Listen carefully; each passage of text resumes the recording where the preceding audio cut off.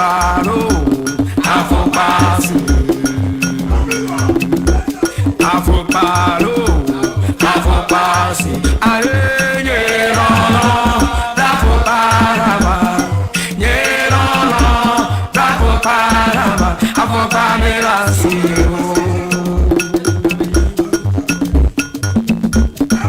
Omenoya, Omakato, Nicola Serabe, Ojolo, Loya, Omakato, Ao, Nicola Serabe, Ojolo, aye, aye, aye, aye, aye, aye. Nit 100.9 FM sini. Na ene eye wukuada. Obani mbusumi na yawuramu ye ne de toso du baako. Afi empinu aduonu se ensia. Mementi dwumadie na yade ebremu. Mementi dwumadie de ebremu ye kokotako ya waba. Adakabri mamudu wosuoma na medi dwumadie ho akia men. Aye me wafa ase prako pe wotamachi esuomu awiemu mi twami yade edema no. Obeta amachi de nyina. Majare osai ajima. Me wofe ni o wofa. It is bia wo dependable reliable wo fasia. Agawi asin ko bi hu betire ne da. David agobi a won kire no. So wo dependable, reliable wo fasia. Ka hu betire wo da. David. Na won kire. Convention betimi achieve say ubenya dependable, reliable wo fasia. Wakwado wo de wo fasia na so nanka we wo fasia no po na we ye person. So ana usually no fa ana enye easy to Ediana bemu aye lawyer. Ediana bemu aye said dependable and reliable to offer. Wafa na yendi panakasa yo no. Unse ye guma hodo. Sometimes your commitment level to somebody, your commitment level to the aye ayana ye totonase. So say the city na obi wo ho a oya ade a ono ade ne said ye TB and just say o de ne hu hyem. The commitment level no was so ade ne jigu kra na ye ade ne ye ne dia o so ade ne jigu kra na ha no na ne ho tete kire the level of passion na nipa no owo kire the commitment level la nipa no so ade say owo wo ade na ekoso no ho eti no the banner na bom say a lead who say ye chain enti na a lead to loyalty na wo ka no so ho na che sa nipa no why lawyer? There was a time be one Friday. Na begade we odame catch him say the won't member. Enti na besona ese me rush na me call baby be na ma fe me hwa na me fra Alex am say na de na muguso bonyomu no say Mr. Odame so ntimi nye we afi na utumi say baby we di mu na ye ya we di mu na ye ya eti eba ne sa na utumi say ade no e kan ba de ye wo bi obegaso na after say we program program kwanyem program some people to say ye no no sa DNA ne bi ne yemojam ba sa bo say no we panya ba bi a na maduru na nye proximity men ben ya na me wo adwuma mu ha no ga de obo wan say ne ya sa say ye bo adwuma no ye adwuma straightforward na je no na yare ya tu din honam pejob honam pejob no utumi adwuma krama obi dodo you are hungry for success so iti just say wafa Edia na bema wa remain lawyer, wa remain dependable, wa remain reliable. Wafa ni nyina no eye wo nipa no wo commitment level wo bibia wo yemo. So wo commitment level wo bibia wo yemo na etimi ditemo eye wo loyalty because ade no wo de ho ayede ahyem.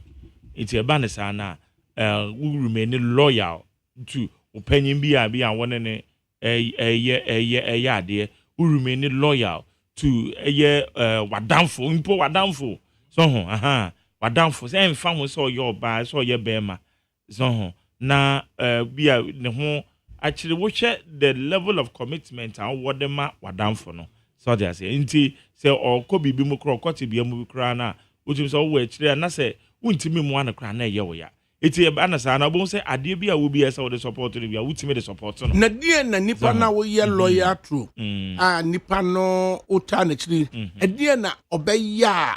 Ebemwa remaining lawyer, ebemwa remaining a year reliable, ebemwa remaining dependable. Dear na say nipa na obey. What I need a appreciation. I say at least nipa to appreciate na nipa no yaka appreciation na yes when you know about besere. But the person has to appreciate you even in your absence. So what I say. Now, adia simesi yeboa me. I just say I saw into bones one man. Na wakwa kote. Utumi so one man wakwa kote wo baby. Then you catch hey simesi waka ho asem.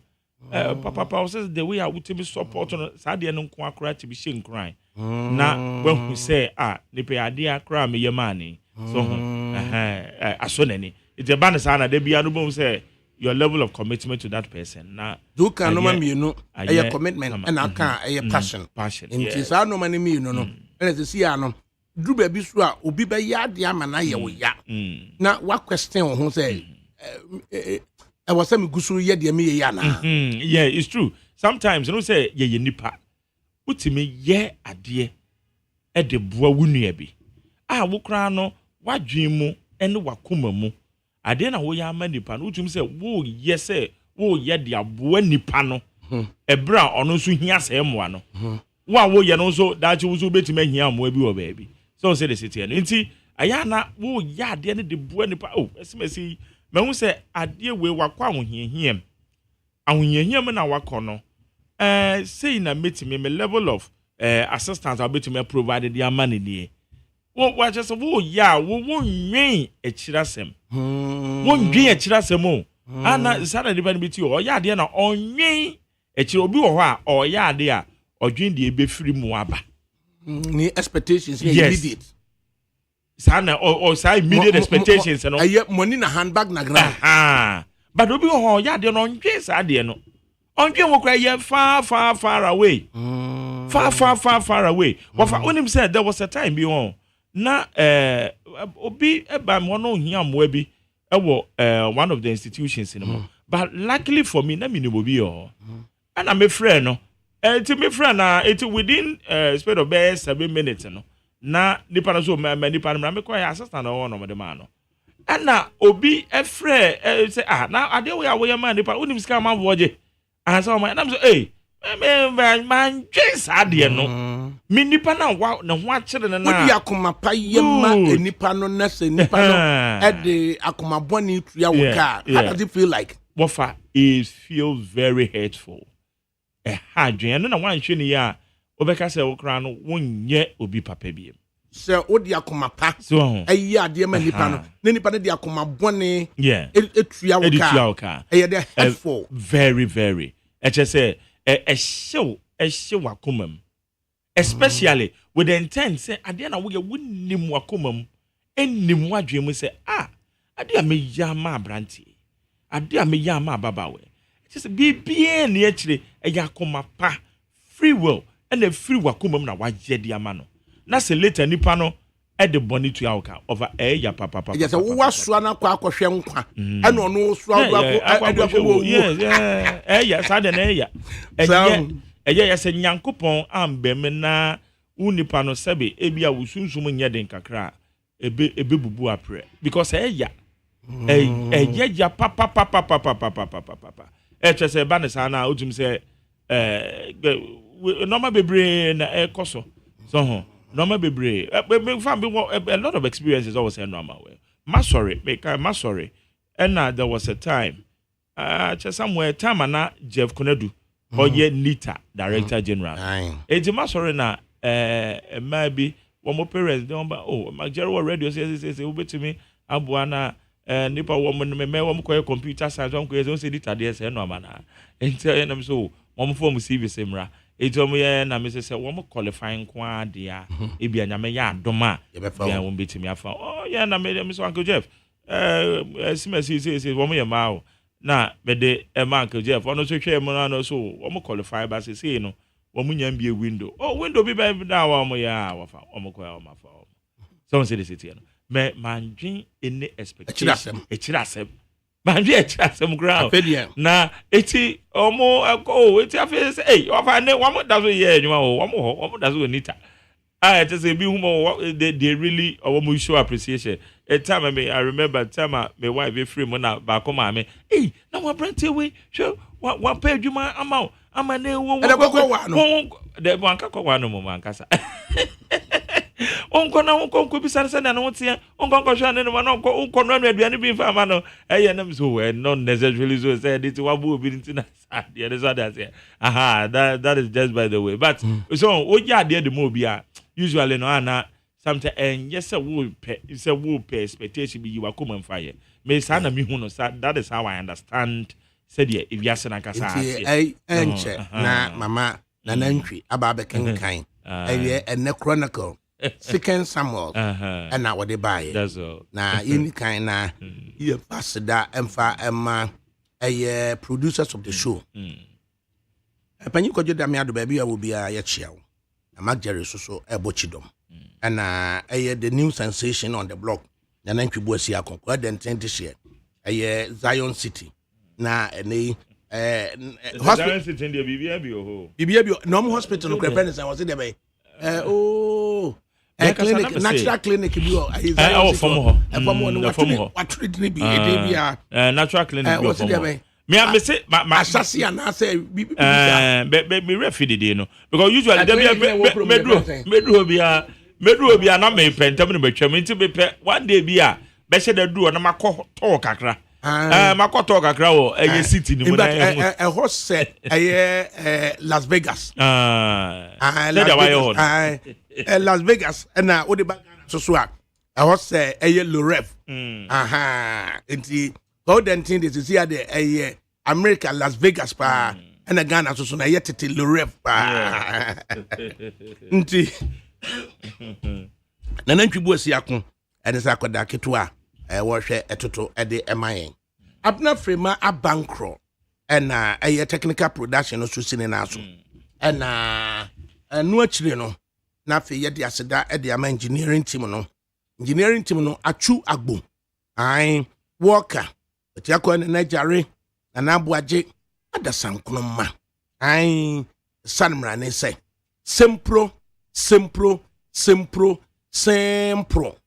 na facilities team no so no na a big solo ai na dada na Godfred dodo na friend Ubrana na fe no Mapuna na fe no Yaw Sami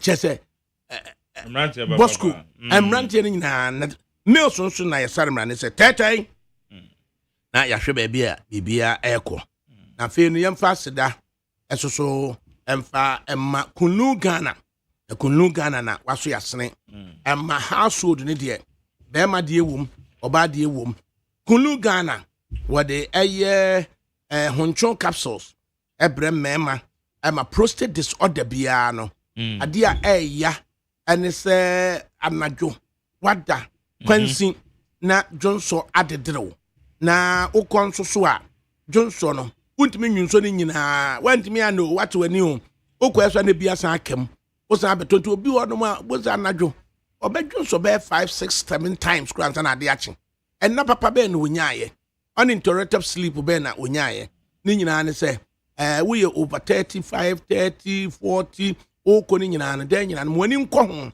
na ehwe o prostate se o prostate no healthy ana na bibia ekototen wo prostate no obetimi ahwe se busumi nsia bia kokko check prostate no prostate specific antigen PSA level no akwa ana se afi bia kra utimi ekokohwe prostate ya dia se bema we over 40 years na mwani ko ho na nya good prostate health enya dia o how itimi eba wakwan enti entna se ema on experience mewura bi na awurai ekai se na komodidie mu no ka chem so ne papa ko na ship ya de to oyire na ne papa ye adwuma mu for 3 days na ne papa ntimi nwon so da na ne papa wo ship yi mu enti di over 3 days na fe de pain no unbearable no na fe de omode ne papa eba atakrade a epensen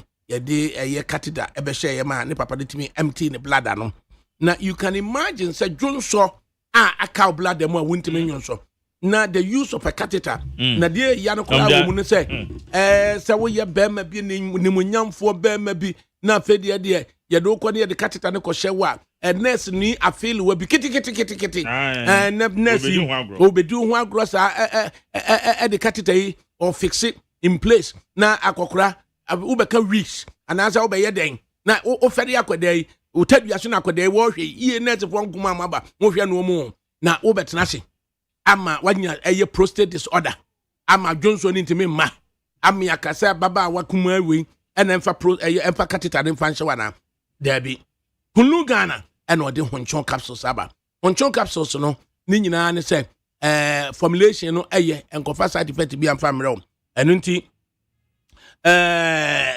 de wo mu a ayeti awape ni nyina ne se 5 capsules in the morning 5 capsules in the evening for 30 days eno ano no na restore bibia prostate disorder ni nyina na asi ano e de amount kunu Ghana no ofre no a pharmacy bia na se chemist bia na se over the counter shop bia no kunu Ghana ubenya ne normal no e wo honom amenetimi aboa wo na ade ne daba maso ade daba maso wo sesan o se turmoil in NDC over neglect turmoil in NDC over neglect nipa bia hyase enwinwi se eye NDC yabre na ofosompo for bekan say no contribution no chop oma contribute ya adwuma pa na nso so ye chia ya NCNC no no contribution no contribution no chop and wa contribute after ye chia post ya wa anya bi enti anwinwi no adro significant levels ye na ye behwe say nukwani over 6 million persons eto aba e de ma party a ye betimi a chama obi e bisa na anwinwi no say ena ombesi afa handle no Mustafa Gbande was sketching around it as yenim enchebia de na be de amom ubetimi a chama na so obi aso ana enti ene ye bedwendwene ho ena ye busa say do we know the stress levels of our MPs? Jama takes a nap in the parliamentary chamber. I say, do we know the stress levels of our MPs? Jama takes a nap in the parliamentary chamber. Or say, MP for no, say the almost say bre, say the almost read the almost say yayen, say the almost say a high. Just a nisisi ni koto great na battery. Yenim say the almost say a normal fem. Yenim normal almost fem one. Baba Jama and wakwada kotonko ewo eye parliamentary chamber. And the name can say AI. I say Mr. D and AI. Baba Jama, what a brofo. What a brofo, Quabeca yen. But then, na caneno, na a ye papa bi or honum, no or ye reflexology at the mawomo. The challenge is a course of parliamentary chamber. Emma, a ye surgeon, a ye escadum rashabetrini, Grisa Yunsu, and then Nana Grisa Yunsu, I didn't Grisa Yunsu out of the Nana ya, the Nana is also all fly. Obekabi. MP for no, send you to warm. Chabra MP for no, ebre. So, one more on the crown, one bedi the crowd, you are to one, or copper baby, a copper, and be a dear. Nothing himself, and more cafeteria beer, a yanaka. If you want to Diane, that cafeteria, so a nipple, finger food. Almost stress levels, you know. How do we measure it? Do we know MP4 stress levels? Say MP4 no. Yeah, here is idea. Yes, so you're drinking one. So almost stress levels, you know, at the saying, and then they pass your drinking home. I see cocoa farmers receives payments. I ask them so. Cocoa Quiafono. That's a baby bedding in a chino. Woman's musica. Tell me to say, and they any newspaper and any mubium, and they a minority in Cahubium. And a majority in Cahubium. As me say, no, men sanka me cocoa sika fitting a first week of December. Dr. Tukono no say within the next 2 to 3 weeks. 2 to 3 weeks. One between will be aka. But one to say, yes, ya disperse sika na. At the ama LBCs no. And to be to say, and they say week, you know, me cocoa catch him say, oh, lamb for us, ana, what we mono, ye bet yaka. Na, the see, no. kasa bebrebe ne kasa ye nyina hwan na edi a kire say koko kuani no ye dia nka and yatisuo the most important thing say the aka mu no hwan na say yamfia ne nto no so obedi a kire say yatuaka so no yeah ebi dia soso eye BBC kra run story bi say wo ba bi a say bi nikunu ekọ ahokire mu ama nikunu no atimi afiri mu wanya sika nikunu kon ehonan na nikunu kon hono ye no ehu sika no wanya nketua ana beeman e de afiri mu enti hwan ana edi a kire say di aman say koko akuafo no ye tia ye ka eno no ne nsam a e de ba maso panifo baba dem say na eye Haruna Kingsley Amaliba of the National Democratic Congress baba ha say engineer Antwibu Asiako ono so of the New Patriotic Party ono so baba ha say na Comrade Kofi Akwa Director Communications of the Convention People's Party ono so baba ha na oba ensem bia ya na nipa bi ewrade Marjorie over and then was a process for positive stories pa yeah say process for BB koso process no mu a say and nay me hwe MTTD groupings a wo akra Kumasi highway so a 7 circumstances a adwuma wo ye nti ene Marjorie say baby a bewura bia promotion abeduru baby a mewura bia promotion abeduru okay so that visibly process why happy the promotion abeduru my something has a yakura no Lady D why by chief inspector oba fefe bi Dina Bondi what was a chief inspector just one saka sakite esote anyinam sakite so saka chief inspector just one munya kopoku wo suhum opoku so anyachi just that a process for ayini basa and a process for so arrest crime more yeah the CID cold cases ni ade no sign abie cold cases na hwai nanso so kakra bi wo mu a ya ade bi gu process for animase na san crofo na and then process for bi akwaji 80 cities but we 80 cities they say na process for bi akwaji 80 cities they bomb so Sha ade papa ekoso process mu yo na busa say process no 80 cities e dey rekwaji I don't know process set of lights say a red gold green red means stop and a yellow means say get ready there be ready say yellow no so na hu na mentwam sa na me kire say sa no mo de e kire wu school and ye dia to ya dwima it was MTTD for no ahwe na Ghana Education Service change curriculum change sa de yellow doesn't mean say get ready to stop yellow means stop it is here the travel the only one get ready to stop but not get ready to go and go. And you know, red no se gina. Unu yellow no a. Men cross light na bra wa hunu yellow. Unya hunu yellow no pe gina. Men cross e me ka say na so yellow na twam. The only time I was say o proceed na wo ko green. Yeah. Na Marjorie. Kumasi mayanka.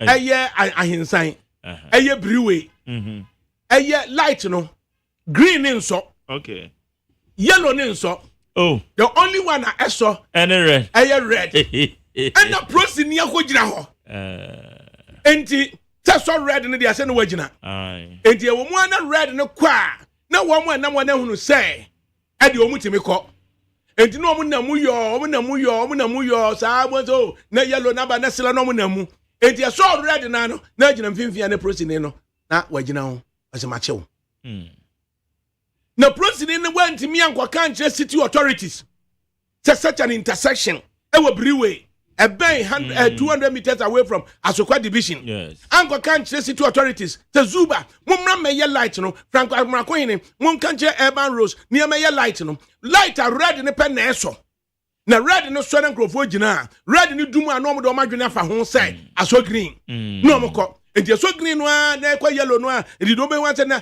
a red aba wo ye prosini no akwa gina ho akwa gigi 80 cities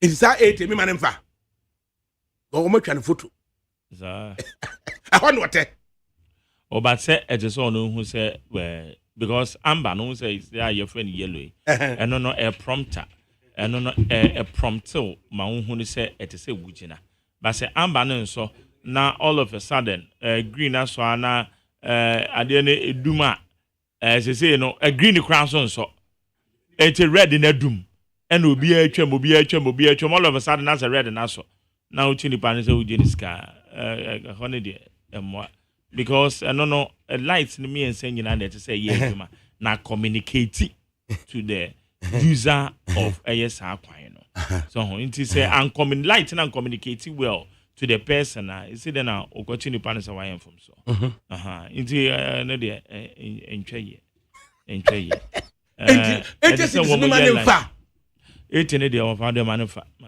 it okojina ho no machina so amensanka de it and now it on of also ya na me pese me hu mode na o de je watch the driver no it ordinary court oh za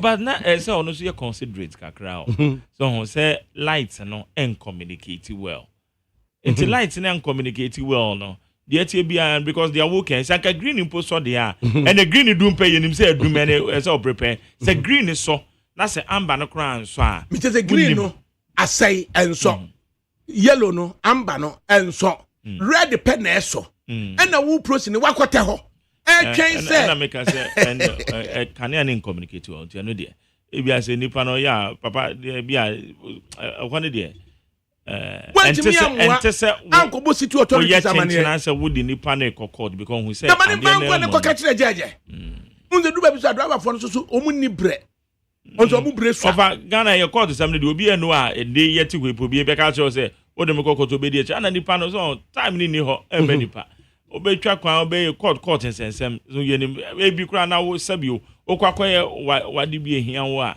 e de kakra be ba obotum na ka jo say bra court e say oja hoko it's not yes and ana honesty and responsibility no wahine fan say prosini how honest are you how responsible are you say wouldn't say ade no aseye na wakogina ho no na make say ade na say wakogina ho say enti obi na onche no na on kanche ni banso ade ne court ne de me patcho ne de it is amon kanche ne say makama mpanifo na so onim na kina wakogina ho ekokodi di light no ho a ene de ntwa yi ene de awaje me de ache no onfa ene de man fan call se kina wakogina ho pe me frɛ your friend say MTTD regional commander Asante aka chom say yamani pankonko gina wonim na wa light no city authorities anhwɛ ama light na nyaduma no ko gina ba driver for bia na e di aye no light ni nyaduma side don't even check driver ne say ne te say traffic light no enso na asai na metwem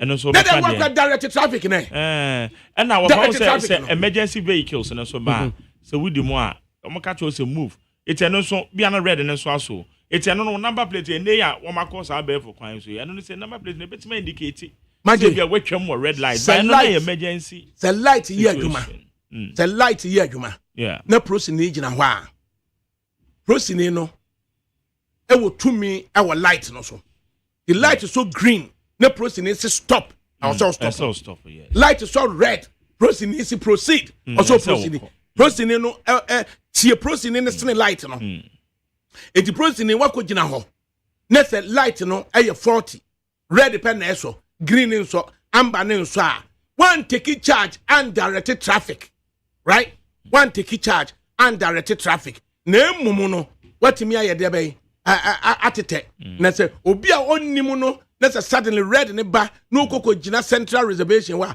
was machew etwabo de ne waje no oje 80 cities nti akina wokogina ho bie mu a menya ne dan majele ndabi ene de ente so yes say kan ya say de ente say wo fa wona wo de chini pe na make say but pros for ne breo pros for ne breo yeah wo fa say wo fa on approach from Circle to Nima police station na we drew bus stop one mo na intersection na ho na silver cap eba be joining ring road central approach for 19 so mu sisi no mkotodwe na no direct traffic na sa eche ne nsade ko di him monko kwa no ne nsade kra be ne approach for break then there are more positive stories in the police it is our irresponsibility ne dishonesty no kuma no me fa ho nchew Munyina mo add up to the positive stories and then a free police mo ba no. I make say minua no mo promotion abedu mo ni agye ni nyina no. Bis me ni agye ama wo mo because promotion abeduru so no minua nkuma George Usu abeduru Simon abeduru Teso bu nyina ade ne beduru sa na kyese nyina ni ade enti mu amugu process ne masijai enti akwa no ennepe ene meme na first ka echina so nim no ko gina ho pe ene do fan ko lunch o man fan ko lunch o bro mate o fan ko lunch ene do fan ko lunch ene no ene do no fan ko lunch but money nyen ko yes ade ni bi because can na say dey na say and say now they gonna almost to authorities amane afi bray ujafu and the chronicle therefore do bedru here no second Samuel and na chronicle and the wako too na chronicle say concentrate na ye wade awo ye second Samuel 2 second Samuel chapter 2 verse 16 and 17 second Samuel chapter 2 verse 16 and 17 Chronicle Emmanuel Akli mechia baby I will be editor. I see each one of them seized his opponent by the head and thrust his sword in his opponent's side. So they fell down together. Tio. I say 2 Samuel chapter 2 verse 16 and 17. Each one of them seized his opponent by the head and thrust his sword in his opponent's side. So they fell down together. Na Pablo the story be by Hase, the Inquisitor. The story be by what's it saying? Inquisitor say Julius Deborah's words of wisdom. Let's build relationship instead of allowing NDC MPP to break us. Julius Kwasi Deborah na ekasa yo. Or say Julius Deborah's words of wisdom. Let's build relationships instead of allowing NDC MPP to break us. Akan kasa no saka. Ye second Samuel me catch the wo me bai. Majari. So sasemu ya Kwasi Deborah na sema no kan say Accra group bi and omukoko shia wo underbridge pajem fio and na oba be ka say ono say okọ Achimota school unse no Kwasi Deborah nso so no okọ empire so 1 to 5 na obo hockey pa man price for no and okọ Achimota school 6 form okọ Achimota school 6 form no na cubicle na owo no na papa jonkofo ne baba akon aba Achimota school okay nti ya wona na hwe no so nti ye na se ye de ifie aduane no bre no a na ya mane bi na je se watimi aye de ben watimi amoko bi na we na over the years na omu akra na papa Kofo ama papa Kofo medi president o na papa Kofo ama Kofi ene ya friend say Kwasi Deborah be fie na ja aye homemade na oma ye na kama na ye de ko ene edimudimu sa na papa Kofo be president ene ono Julius Deborah nso so no waba be chief of staff na enumu a wo kaye no ena odi etufo abra ye de mic share nsem a papa Kofo te wo ena wo ka sa asemi te na onim da te nei papa Kofo be kwa kodi president ono so baba be chief of staff na nso so relationship a wode papa Kofo na busuafo build here over the fact say o go school akwala na o hwe ne so no na o ye jonkofo ba ena nei ono ewo center of the left jonkofo so so center of the right eno ena na semo kai no ena Pablo wahini jan actually they say Julius Deborah's words of wisdom. Let's build relationships instead of allowing NDC MPP to break us. What you know saying? Abra ye second Samuel. A profound statement. Idea just a son it say you will say your man yourself the regardless and MPP ni NDC and on mine your better MPP your friend is saying MPP aban ebi akandini bi enu obeka so man no ba be hye no NDC ni kandini bi enu obeka so man no ba be hye no na usually no ye petty partisan politics PPP sa petty partisan politics eya ede inchichemu ede breye eno so ekoba ne saa na ama oman ne bre oman no so bra yen oman mufuo no yen na bre ni nyina na so abegu ya pampam enti eye profound statement say enti say yebema say wunu bi we na onim say no be kwa NDC say na papa at the time at that time yes the Professor Mills and in the relationship and a ma obebe ye NDC ni okay that time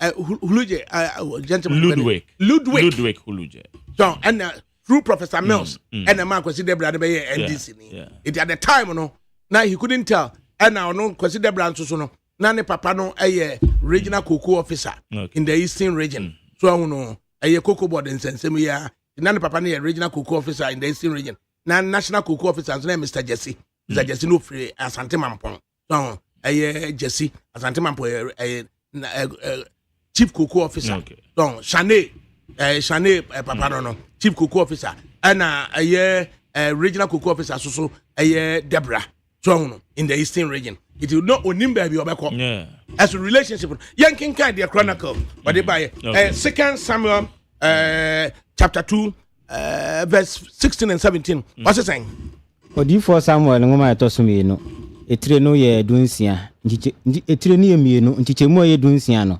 ose se oyi ni yonkuti a na odinkrante awo ni mfim na won nyina atoto preko enti wofre ho se haircut Hasurim a ewo Gilbion nchichemu ye dunson no se na ntokwa no mu ye din yie saada no na Abna ni Israel marima di nkugo wo David inkwano anim teachers away or father young kwa na wa mona kacho na what the second one in film unity ano the second one in film we so unity ano second in the end omunyina adi akwa toto in the MPP NDC no you didn't say you do me I do you let just say yeah bre na nyina ya da fom we kan gu ni nyanko so a no nya no kwan a no sa no akodi kan da fi ono so kwa na nko yi na we na sa beyi no deep for bed na chronicle editorial offices wo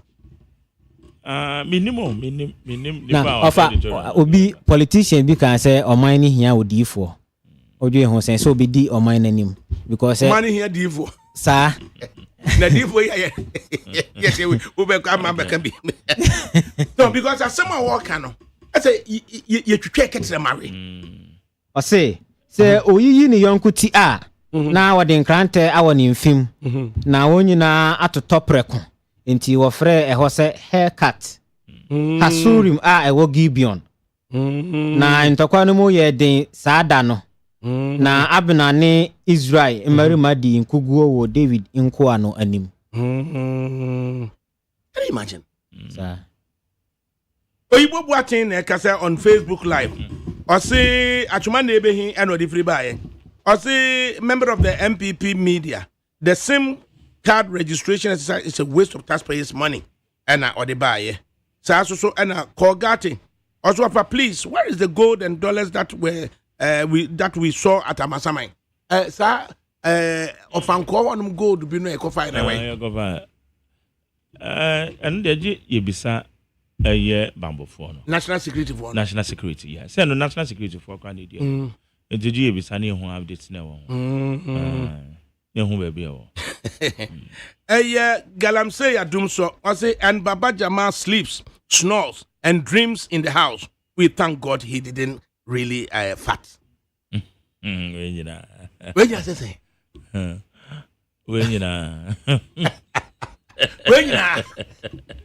what no okay of our say major stories now be discussed now can MPs na say MPs one more fan one bebre so MPs one more fan one bebre na sometimes one more kan ho bi we are manual sem na ye ni ntina ma chitanfo na say ye on ba mufo no na ye hu omo say kwa one more kono mo no just say one more did ya me peche bibia ha omo but stress a womo fam no enye adeketwa stress a womo fam no woni MPC ni bihia na womo ka se de mu nsam ne tia na na fam nti obi beka na from the any moto wo mo ye de mo so ade afi no so bi ya no mani abre mo san pa akonya na sa na tie sa pepepe na tie ade ne de ansa na wa wutumu se wo pesa wo de so mo man na baby a pesa wo de ade ne kokoduru e ko san you still go Sandra Banafo na ka say etie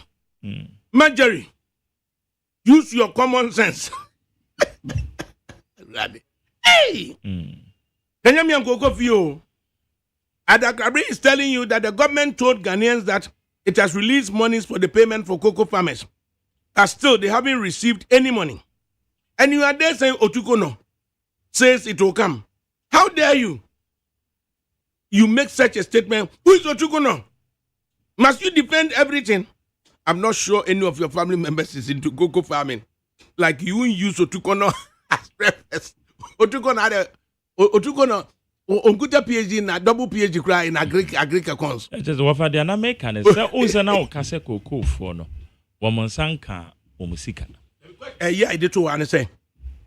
Cocoa farmers receives payment. The question mark. Yeah. And I make us say yeah and swatcha any headlines any news stories minority for you who the cost majority for you who the cost the any man say say what you aka after this no woman sanka obi am me kan say na me update me the complementary story ne say doctor Otuko no kra say within 2 to 3 weeks no obi answer beka ne sika eno ne ye update am dey complement we nye different ono nso me nim common sense okra na we use the through messages no eno no so sorry na true bibia keke o sorry behavior is that but asama ye kasa wuntie ne ye no asa ofo na wa true bibia keke the American say wo fa kana me update say Dr. Otuko no kra no ono so dia wa ba beka nie say within 2 to 3 weeks kuafo no wo mo ebenya o musika sa no onka so ho meanwhile ye nyina ya je atumu wa ha say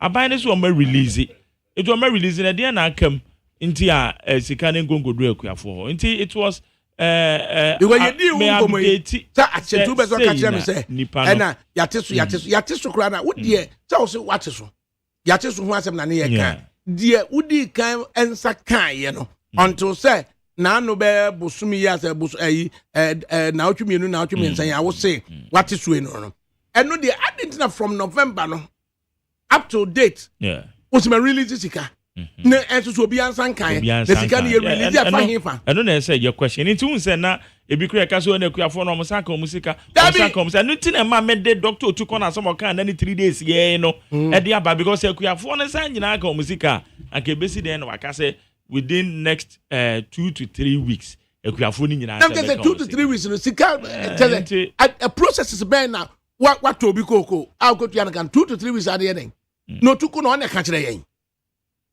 Otuko no on na ka kire yen ono no be kan sa and I'm just on na ka kire yen I'm not disputing say on na be kan you but I say what be kan enti so no kra no akofo mama wa ade na sune no umfo musika no kwama wo yeah na wo musanka wo say what so enti de yen ne den saka sika na at least say obetum de yutwa no it is a delay in the same mu and just is a worry situation December January February March kwa 4 months ni o agini koko umfa de sika koma no so BBC story BBC here no just asem na ahomete so BBC asem na ahomete enti ade be na womu so ade be na womu nti a asiyet no se wo se wate so a ade na womu nti a asiyet no which mean first can ma bi no fa bibi be ka che akra se ebi anipa dodo sei ana no musika akam ade be nipa dodo sei ana no musika akam se no yetua ye nipa sei na wa ba be ka se mate so wuti so a apede se sia do obi akra nka ho asem bie mu a apede dada so no fo obi asika ma no it is a sika na wuni ana Ova say sika wo say sika no abana announce abano no be announce say omo review pricing omo review no omo mpanyi kra no enyo omo mpanyi Dr. Keselato Force and Finance Minister we say immediately ono no kra no e direct say one announce from the day no your announcement no it is a disbursement because no ekuafo no san kan o musika e na ekuafo no san kan o musika ebi an ebi nsanka very be nsanka so into a corner na said delays no I work a creative problem of which meme de bebo say doctor to kono e ka say within 2 to 3 weeks no your first phone nyina answer beka no nana obuade Boatin or your president concerned cocoa farmers here in Ghana. Now in fact BBC story no krano he was quoted in the BBC story. Okay. And in nkomo kakra yes me nyina say cocoa akuafo no yatua mo ka na ye wo data nipa dodo ana omkoko ye de akwa genya sika na ban be kasa be na wotwemienu ko na wotwemiensane no afa ye release sika ye ka kire yen koko akuafo dodo san na omsa ka sika bie dodo san na omsa kan musika na timelines be na wo ho wo so mo livelihoods no omo betimi plan yen nana Boatin ye mo ha ye bro ofa nana awia ho tesen ofa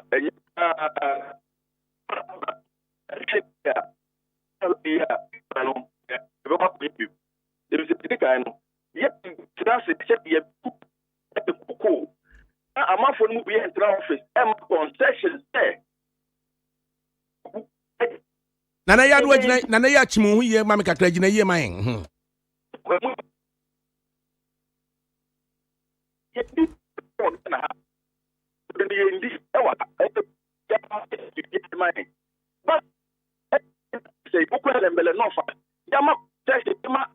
Chinese for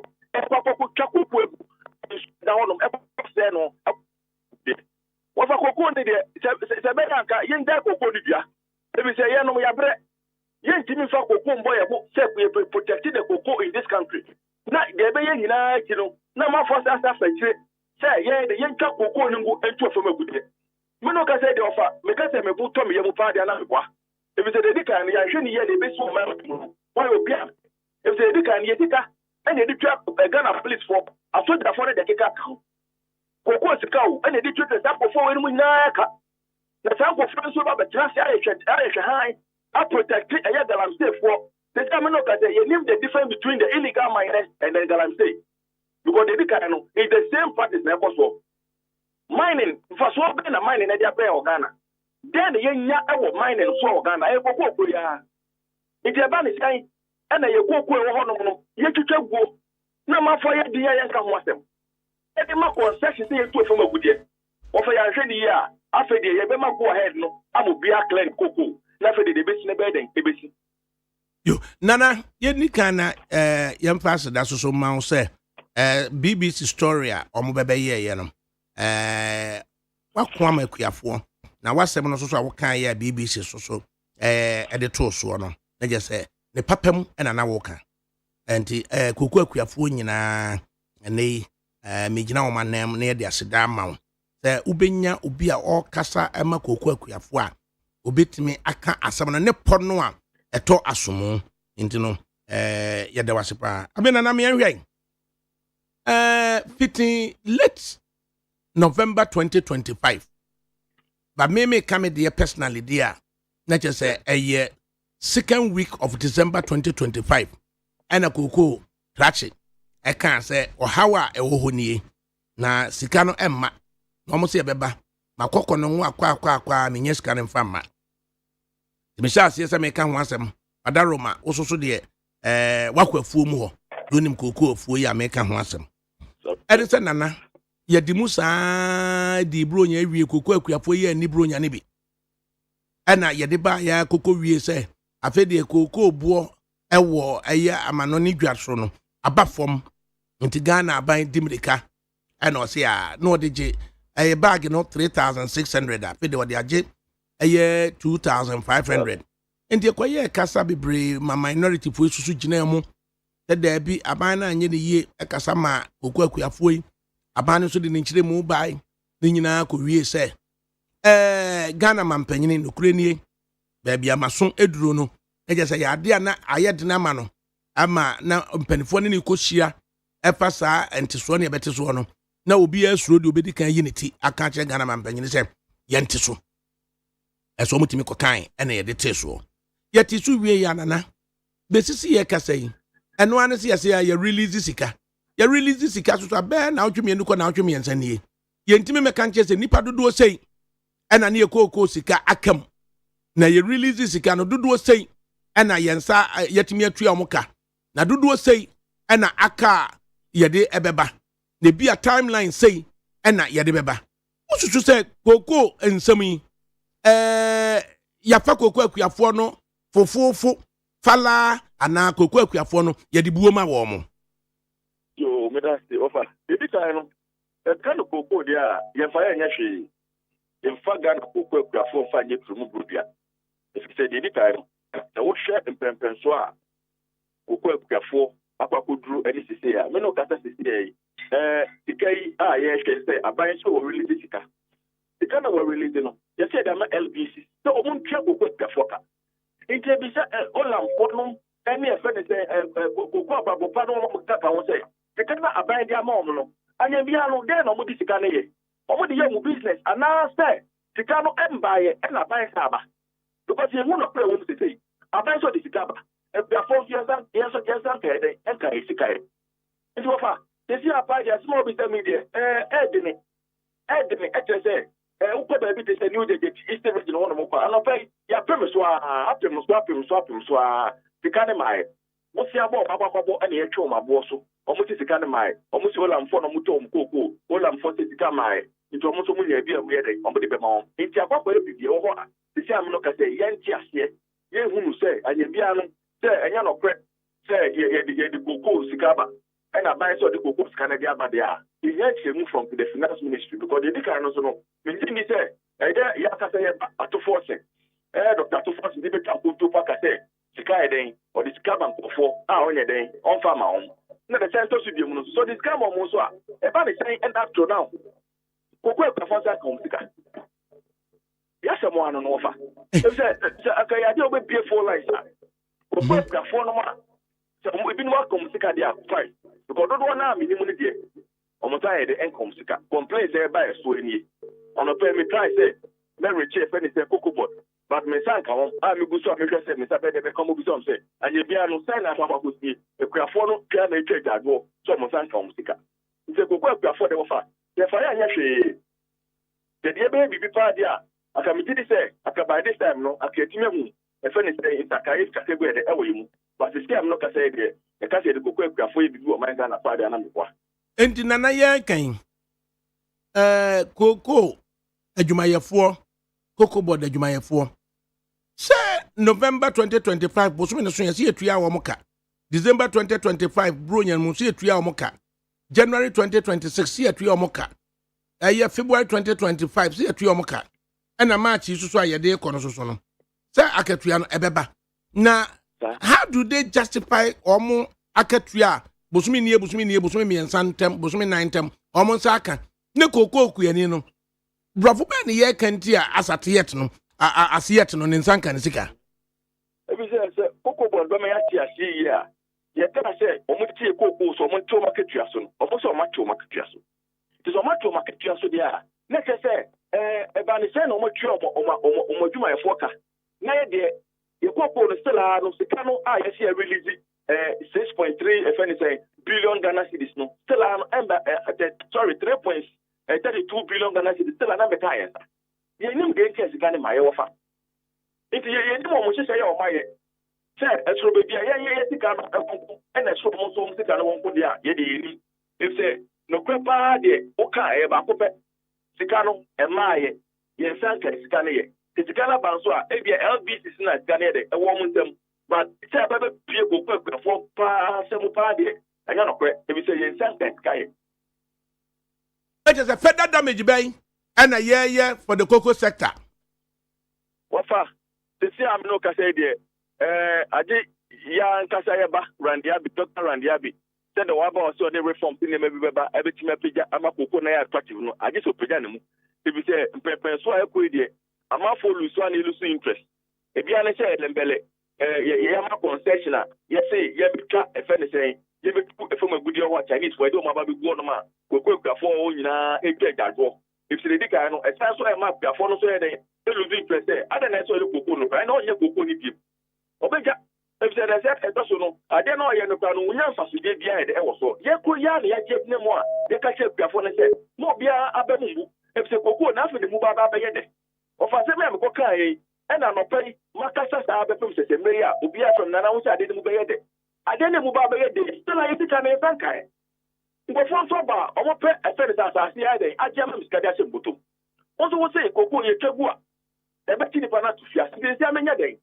Of I say the Papa system, you don't say a cop, and I say a cop. It didn't know that I did say per day. I don't say a craft on my boat data, and demonstration, take ever. And also the demonstration, lost the demonstration, lost our Antomakai. Tebia Bab so much of a trip now, Yanipin for the Casa. If Biaba, as I said, the Biaba do it. A from me. Nane, what will you be? ma yen show. Koko asami ye bayi. Wo nana boating concern. But ye wo koko kuya cooperatives ni ade nyina e wo hodom. I say won to say ye kan ho asem baabi a politicians na e kan bi ma yen. Both majority and minority way. And that's also no newspaper headlines no kra no. Koko asemi emamu biem. Radio news koko asem emamu biem. Politicians won't yanka biem. Both minority and majority. They say why pa the back can be a mako akuafo no. Of a Korea, anything I also pay, if there's no one out there, any station about whom you do almost self, would be afraid. And the answer I get them one, would not say my Bokai, and never know that they bring a bill aside, and just put food, as they say, or no, you're not going to say, or Bobby Chaco, and about the real estate. No, we look at say, or my way. Like I say, who can try the Abono, I want to find the entire Coco Nano. It is more than the idea we saw a book of the name. Maybe say, I buy so then I buy a year and their support because of adding it. A free opposition, ever, a book must up and down. A whole tough world, where book came up and down, and yet, at the same time, what's our restore life? And the track when it accident go there, and that way. It was at the end of the year, yet I won't say bad, there is a cocoa to be with ya, you do what a cocoa, and you trust that you put a day, and that's a map careful, said a bear by the kid. That the only say, yes, kind of perfect some happening. Then I'm up in a friend say, John Dramani Mahama. I'm up for a band of kind of French channel. In Quantum Ponquan or Mocata Pay. The one is Shen year. I'm Shen year. Or Monchano Macase. There are another down for the pie, and now for the Buffalo, Sapa Pepe, and go for a band in Bian San of Passion and Buffalo. And my name is Baba Ebasa. The Akan say, John Dramani Mahama, we Sapa Pepe and Eposo, no Quimby or no Moka fight them.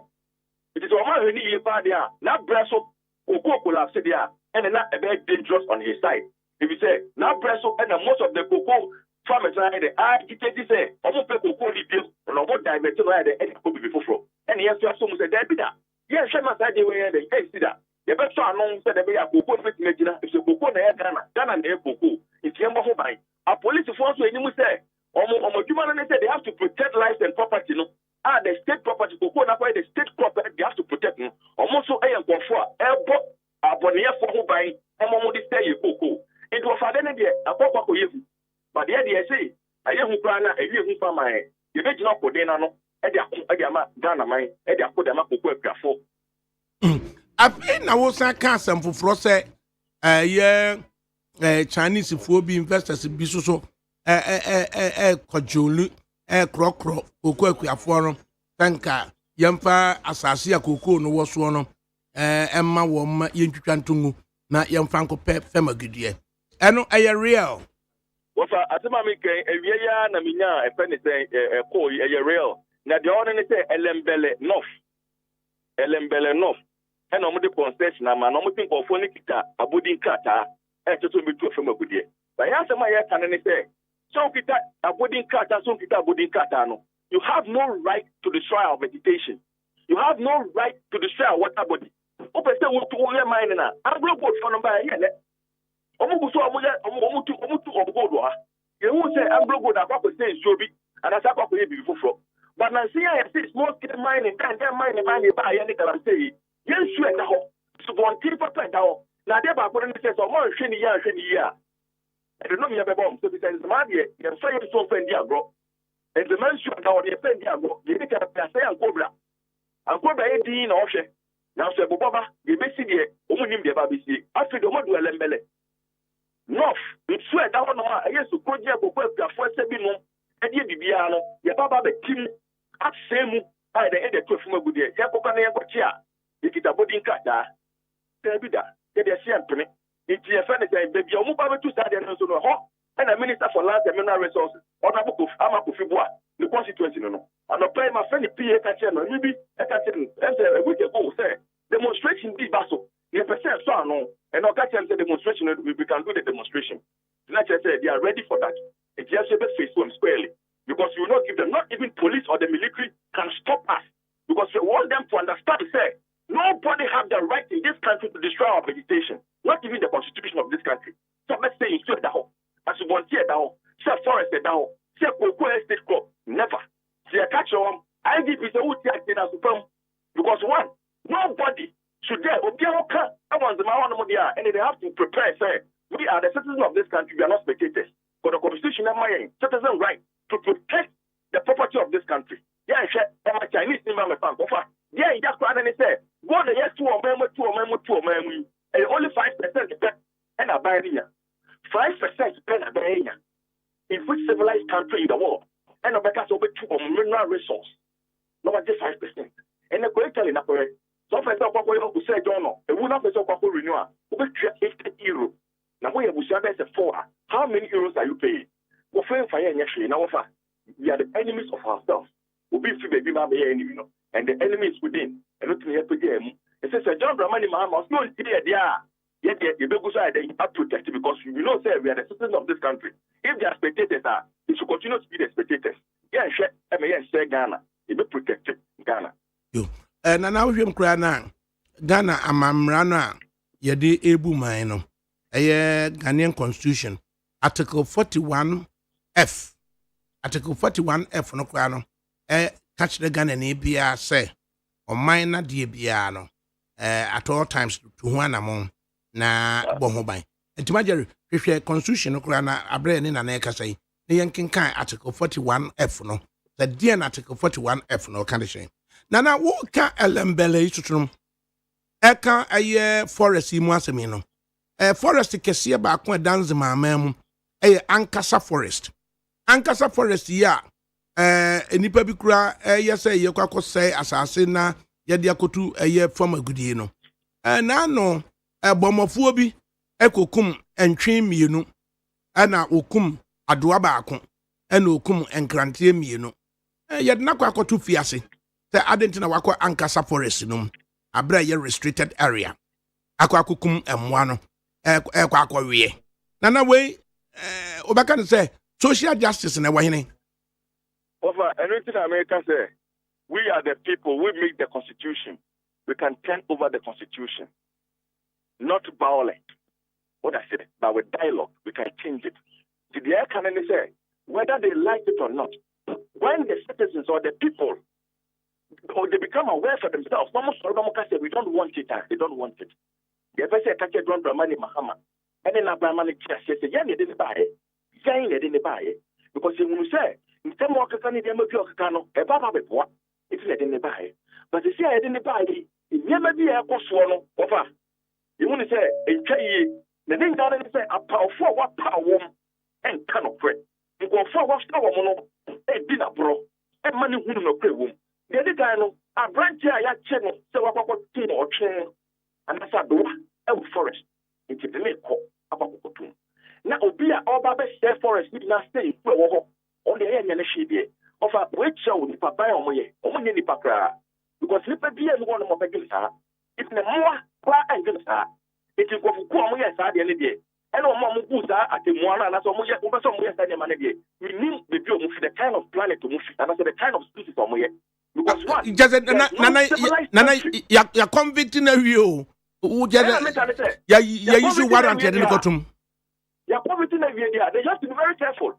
Because one, I did back on and say, what they just say, Ghanaians have to understand that in this country, no, it is only the rich and laws is above the law in this country. Because they are still doing illegality. but nothing. They say BPR form. Like no. I don't know how the law is in the system.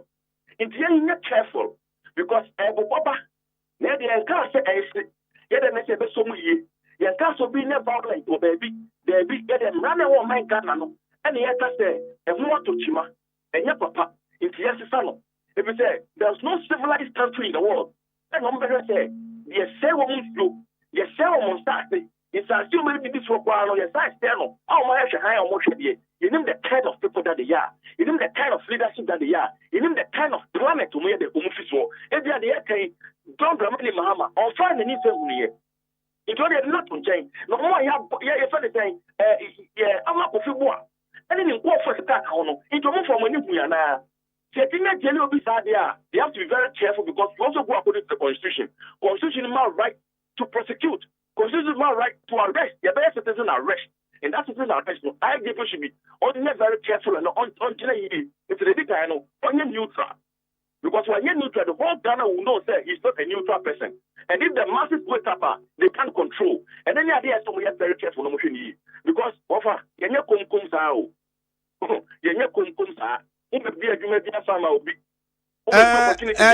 Nana Jinasuka.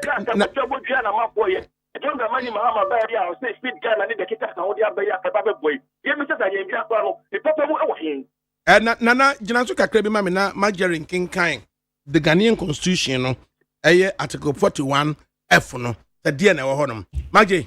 Away Article 41 F, no, some free preamble now, or said duties of a citizen. The exercise and enjoyment of rights and freedoms is inseparable from the performance of duties and obligations, and accordingly, it shall be the duty of every citizen. The duties of a citizen. To protect and preserve public property and expose and combat misuse and waste of public funds and property.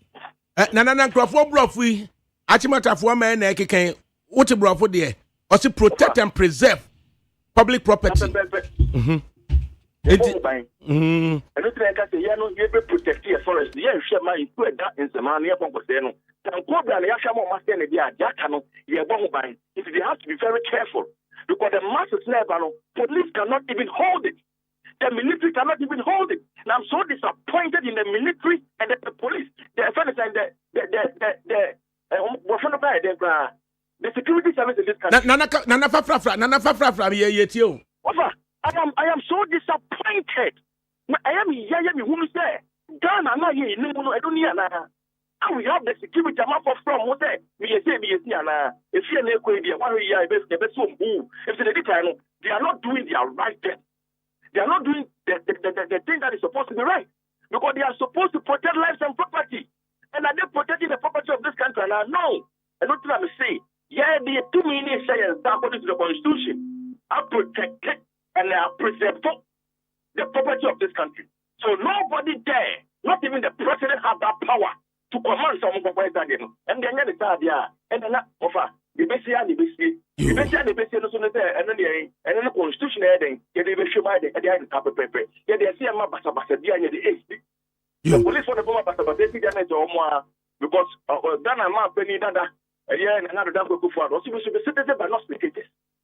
And today, let us ask our leadership today, are they spectators or they are citizens? Yes, they are. And yes, I offer. Yes, and I said no, and not China, yes, I am at any man. If you catch wrong, say, all the mining companies in this country, they will stack them out.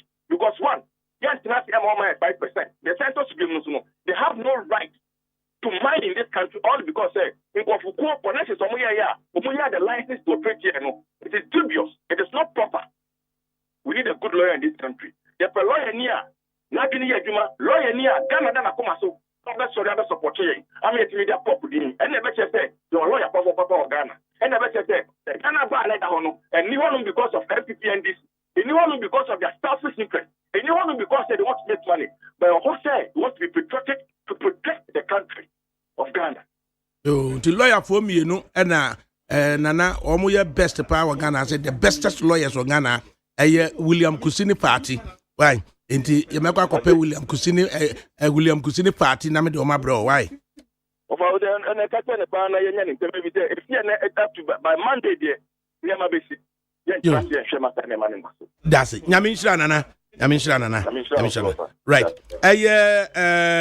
Na no boade boaten na worker say na article 41F no yen sankin kan bim major sabek nti article 41F no yen sankin company fo na ba betena se na yenwene ho ko wie se kokobof fo so ahye ye bo se ya mo no miensa na bo no miensa omo de update bebrayin asɛmniti a wamu ni sɛ ɛne yɛte so na mate so awie muti so wie ya bo so me nan ni dada no 3600 a muntimi mfa mai ye na wɔtwe miensa so nie 2500 so a ɛno so mai ye ni data bia sɛ ɛno asiasi yatuaka so a hwe mai wo frɛ ye fensen krachi no a ɔsiasi olam de ne bɛba kyina yesi olam de bɛ sei ɛde akora de emperifo na tena se nti ye bana ye no ma ba be din komo ye bana ye no ma ba be din komo eye Peter Ntwibu asiakon o se ko fi akwa nti okay nti amale ba ye mo atena se ofa majoso ana Peter Ntwibu asiakon so ye mo atena se majoso ohine ba Hey. Na Coco Body sensemi mujine saying. Adakabri before I be yan on crown, my main shower tea for now. I be now chimo propaganda bia a buying ye na metise Monday no in particular. Most of the radio stations it takes up propaganda no and almost a hypo no ma buying. But I think say the truth in it no it just a gonna fool.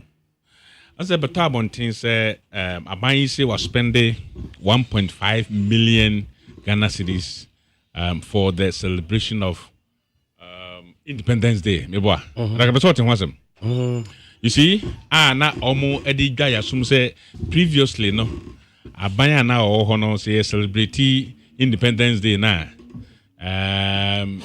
Now almost spend a certain amount of money, which was about 50 million. Now, in the Korea woman Ghana for it just say. You see, if you compare the amount now, almost spend a year across the country, and the previous administration, or they almost spend a celebration now. The previous one was far cheaper.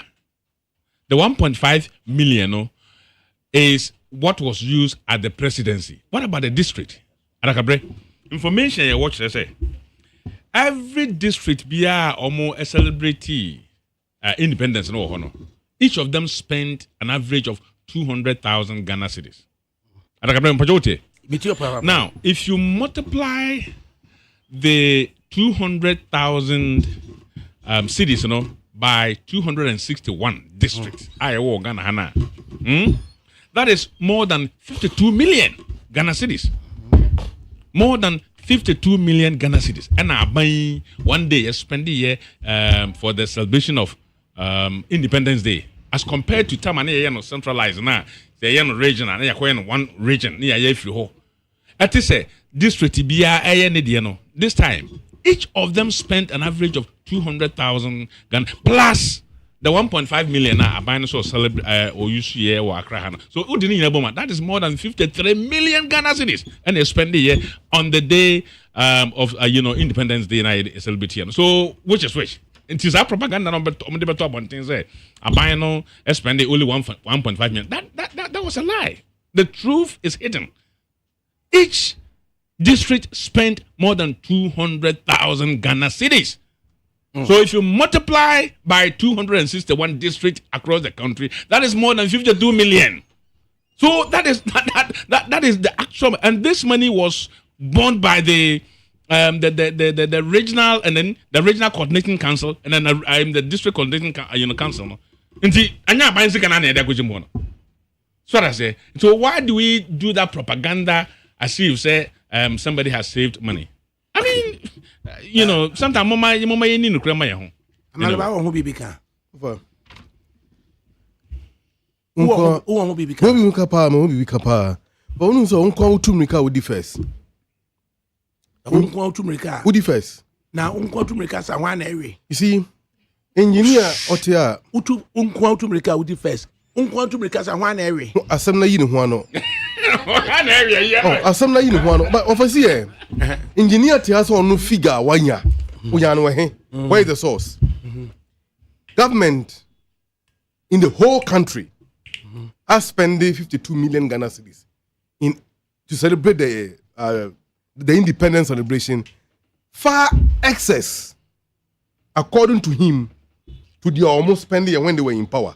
Over. When that figure was used, it was not about the entire country, budget or district, and the celebrity, relative to MPP expenditure with regards to the independence celebration throughout the last 8 years. That wasn't what we were talking about. We were talking about the central government budget only in the Flagstaff House, in the Independence Square occasion, or any other place on located there. Oversee, for the avoidance of doubt, for the record properly, let me state this. 2017, almost spending 20 million only for the Independence Day celebration in the Independence Square. 2018, 18.5 million. 2019, 3.5 million allocated. But 16.5 million were spent. Only for Accra. In fact, Independence Square to be precise. 2020, that's 2020, COVID year, almost spent 30 million. 2021, Jubilee House almost spent 10 million. And then Cape Coast almost hold year 16 million. Almost move here to hold 30 million. Almost they call Koforudia 17 million. So looking at the trajectory of obnoxious expenditure, a bank ain't care to spend to celebrate Independence Day in Accra or elsewhere. Moving contingent of soldiers, you will resource them, at least provide ration for them and other things. Doesn't even worth that kind of dissipation on the public purse. President Mahama said, no, we can't continue like this. Even though 6 March is a very significant period in our national calendar, but let's do something about it. And they decided, yes, you will hold that venue, national level, only at the, the seat of the government, which has slashed the expenditure from the figures I mentioned to less than 2 million Ghana cedis. Government is not saying this to take pride in it, but you can say, you ask Russia in the case of Yunubu, na eto bra emuya den na Ghana for esusom ho chire omo a was say you spend the resources the little ones na you want e wo baby here any baby fata any baby de ohome be Ghana for ho and this government are spending way are we are not saying say you are spending less and the Ghanaians should applaud us but your boss sabi ato ho say dey be ya chire bi saban bi ba obeka say we ye say ya ebe ye but for President Mahama when him say betima celebrate Independence Day the seat of the government na ye omo dwe ho ade no manye no manye ade no manye into over and some engineer tia all kind here sabe ono na obu atopa ona dwene no keka nsem wo ye ne de na ono animia ofiri ba MPP no kura eni omanum we should leave them no mountain opposition no sense ho no motena bia okay Ghana for ana ebi edokua na sa akua for no ebi dokoko ana be bosome nan ni ebi ede koko akoma akrache for ama omo nsa nkeska na akrache for no strem e kache no mo se omo nsa nkeska ene ye de tia yeka sika na beba ana ko wie se be na otwemienu na otwemiensa ntem ni ko bosome no aban na ba abeka kire aye omanmu ni nyina tene die koko bag ba kono ani e de 3600 no yate so e de about 2500 bo de abosome miensa bosome nantem a wode ba ya na 3600 no ubete so akura so a untia ne ka anempo de wate so 2500 so wasan atua bi ene ye busa se koko kuani no afi wanya den se ye beka se ye release sika nanso so omo nsan ka sa sika no yentie madwene kakrai engineer Peter Djubu asiako na wuni ananse wo sia ananse wo fa bia do koko da ADAKABRI medasi bebre na no kwasem ne se ne akoso Ghana sesie no asefem me ye koko kuani ba etena krase pa do koko ase do koko ase ate koko ato abe anwene soa anwene kenten afru ayi anka akote enti akrase sana no yenim ne ye kapa ma do fuo abo ho ayi mabo ho ensoa twa ho ahia ayi enam ayi ni na we have that experience so anyhow nana Djubu asiako preni nche ho dwe wo tra so mi nhwe otwa ba ko da na ho oh be kwa betrata be keka brofu bi atre yi ko twa ba ko pe de mi ko twa ba ko pe na na wa ko twa bi ho ndanim fe sa ze ko twa nko oh baba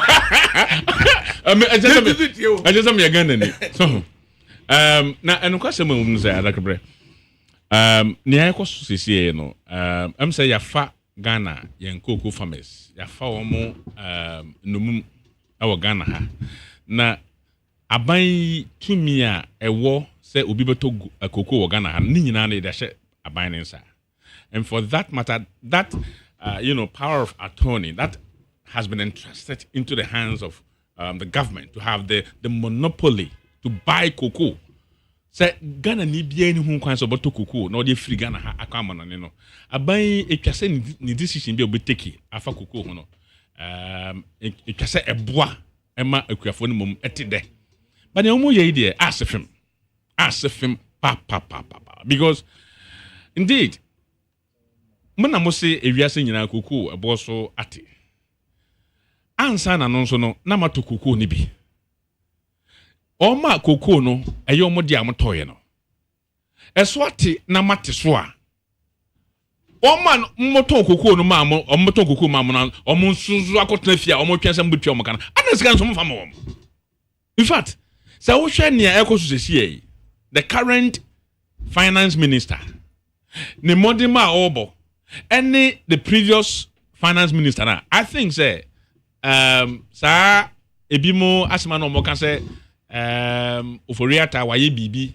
enya no I think he performed far better. He performed far better than the current Minister of Finance because impo COVID echi na Ghana ha ya economy no atete pansam ye because of COVID ni nyina mu no Ghana ni bia o ye adwuma ma aban bia etua ne ka mpo e ka so mu nyina nkotena fie no etua mu nyina ka nti abane timi bɔ mɔden timi tua Ghana for mu ye adwuma ka adent na we kitwa yi koko kitwa ya yato yi ano so yato aban na gye hu sika ano so yentimi fa sika na nkoma akuafo na afen so nia ɛhɔ a yes ye beto na ye nya ntoye no so yate so no ano so mo nkoto na mo fa sika na mo so ano so boy enti sei kosi koda ndi enya dan. Yes, I want to see you. Did you just say Oforiata is better than Atoforsen? ADAKABRI, me say. Tell us more. Oforiata performed far better than the current administration. The current finance minister, Oforiata ya bebre because looking at the difficulties abiding firm. We had the first 3 years of Nana Akufo-Addo administration. The economy was far better. Everything was moving. The GDP was growing so fast. And now COVID ebe no. Over here, Ghana ha yes ebi ma ebi free Ghana nkwa manone ebi so free amanone ema Ghana ha Ghana nia wo ye adwuma ma aban tena fie aban so betua wo ka electricity ya ye use wo fie no yes ye de ama mu free ensu ayenom ye de ama mu free ni nyina mu no impo wo ma no mo ye adwuma ye from say ye front line workers ye nurses ni police for any wo ma na etwa say wo etimi hwe bo Ghana fo ho ban no aban san tua omo ka 1.5% eka ho omo je 100,000 ye ma omo 150,000 just because omo e de omo ho amma a omo ye adwuma ma aban ade abo Ghana fo ho ban ni nyina chi no aban no anti Ghana ni ba kokoro sika so adakabre the GDP growth in the country plummeted from 7.5% came down to 0.5%. What it means is that Ghana ha say GDP 1% biano say 20 billion. Now say if it's 7%, abedu 0.5%. Now just say you lose about 80 billion. And I'm using this for example. And tisika na aban no nya na ode ebo oman ho ban no. Na te say you nisika because you emphasic anyama you koko you timber you bibia no na ye kwa mana ne koton. Saa nso ne yaka say ne efra ma no ne ba no bia mfa ma. Anu nti anyama na wo Ghana ha no ne egu market no ye di ni nyina ma ne san ye. Ne wo store room no e ko yi ni nyina begu market. E ma no so san ye. Anu nti bo say inflation wo de beto ha na ade ne bi ni ho.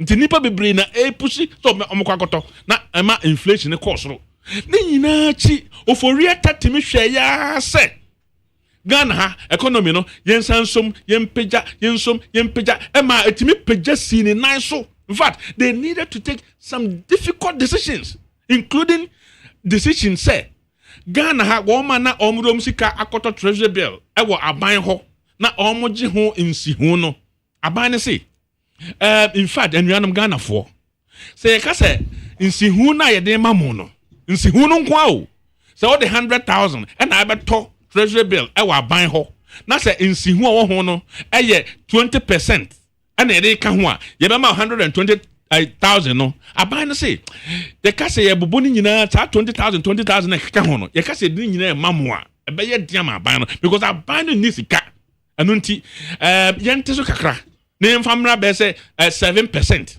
Yemfa 7,000 emamo. Na numpo no busumi bia ede be mamo ne yentimi mfa mamo. Yemfa mamo busumi miensa ntem. This is the haircut I can want no. Aban no hwe se Ghana for ebe so nasene because aban no watch no. That's no money. Because ewiase nyina sika ne nyina covid abeyi nyina akọ. Enna aban e kan say o hia saa mo na free Ghana for ha o my investment and the friends say haircut and this if what the payetri ho say adenti and aban say take this decision no. Meanwhile this time round there is no reason for this government to take some of these decisions that are all taken on, including a kwanya wafa so awodi taxes atoto fuel aye use o Ghana ha electricity poor why increase no cost so awodi gi Ghana for sika no wotwene ho awon tiase. So indeed NPP yen wo amamumu no koko bo esote ba fom si ye hwe ena aban si da bi koko pa de eno ana aso o man mu Ghana ni bia benefit from koko anu nti se ka se ye kote bo no so anam se amanone eso atini nti a Ghana ni mum ena yama no ho akye no anu nti ye maintain price no na afi yakope bosia na e de abeso akuafo no asene. That is what a good government does all the time. Aban we ba ye no wo se da bi amanone yateso anu nti koko kakra na aka me beto no me so me ba beteso mewa enye koko ni nyina mpo. And next year, so new price beba cocoa price normally goes down, it goes up. And now, what about to see a sheep? What about so na Ghana for cocoa for now? Or more about tone cocoa ama abayi. What about tone cocoa ama abayi? Si kana kasa o de ma homo. What's the one for homo? About me. But me, my suspicion is that say or claimus abayi claimus otue sika e de ama say yemfa nkoma cocoa farmers no na ebepum ne enkopie omo ha me suspect say the licensed cocoa buyers no, I think that they might have received the money and have decided to invest, buy treasury bill for a number of months because a car oma bono adakabre say omo no oma koto koko afri farmers no ho and oma mo receipt say monye minya sika nam dia bremo and aban no so obeto ama no aban no say wate so anu nti ode koma aban no on ton bo na ono koto free koko farmers no ho anu nti so all this car bremo dia etwa say sika na otimi ko invest no onya a bit of interest e wo sika no so na ode aba back na ode be tini kan so bi because a car aban akoso the license cocoa buyers no are you serious e bi mu be fa mo wu because assume say okoto cocoa bags be 500 bags afri nkurase afi na oboabo no na ode abra ban na ma ban ato sa time na ban to yo nti wonu akoto because ebuo na aban de ato ho no eno na wagina so na ode akoto afri cocoa farmer no ho na between cocoa farmer no ene aban no ono de cocoa farmer no de onim se won ato cocoa ama o twese oba odi sika na bre no anu nti ono eboabo no afri nkurase ni nyina no na aban de beto abonten se ansa na odi cocoa no be bre me no cocoa no yate so anu nti sa nipa na ono beto free cocoa farmer no ono de ono na ekoboka nti 500 bags no ba ku bia yate so 1023 cedis nti over 500,000 and 500 you know one wakoboka 500,000 Ghana cedis and the nipa na koboka 500 bags na wakoto no so nti me I think that they will find all means to recover sika a car main ahwe amomabono na asefim bebre I mean me they can no na make us be say look aban why lucky send ya wo ye nyina no ni nyina bantem san say Ghana senia president Mahama kan say ye refi adentem no ebeduru afi ba kontem no na o ma che ayino prices na ta akoso na o ma hase say o mo increase prices no then people will begin to forget sa pain na o mo de Ghana for afamu no and that is what they are thinking of doing going forward so nya o mo ye no enyefe ye besre wo mo adakabre o mo fa cocoa farmers no sika enkoma wo mo ne aban na nkasa ato etwa se odis kan komo no onfa komo mo ne wo so maintain price na de what to da no on te so no de ye sell mo onfa komo mo okay na de aka empo eno so na wo so watebo no so no nya ye kan say aban you are there to solve problems so adakabre you are not a good driver until you are in difficulty when you are driving na so emergency esi how you control the steering wheel, how you apply the brake, how you look around so that you don't hit and not necessarily you're a good driver.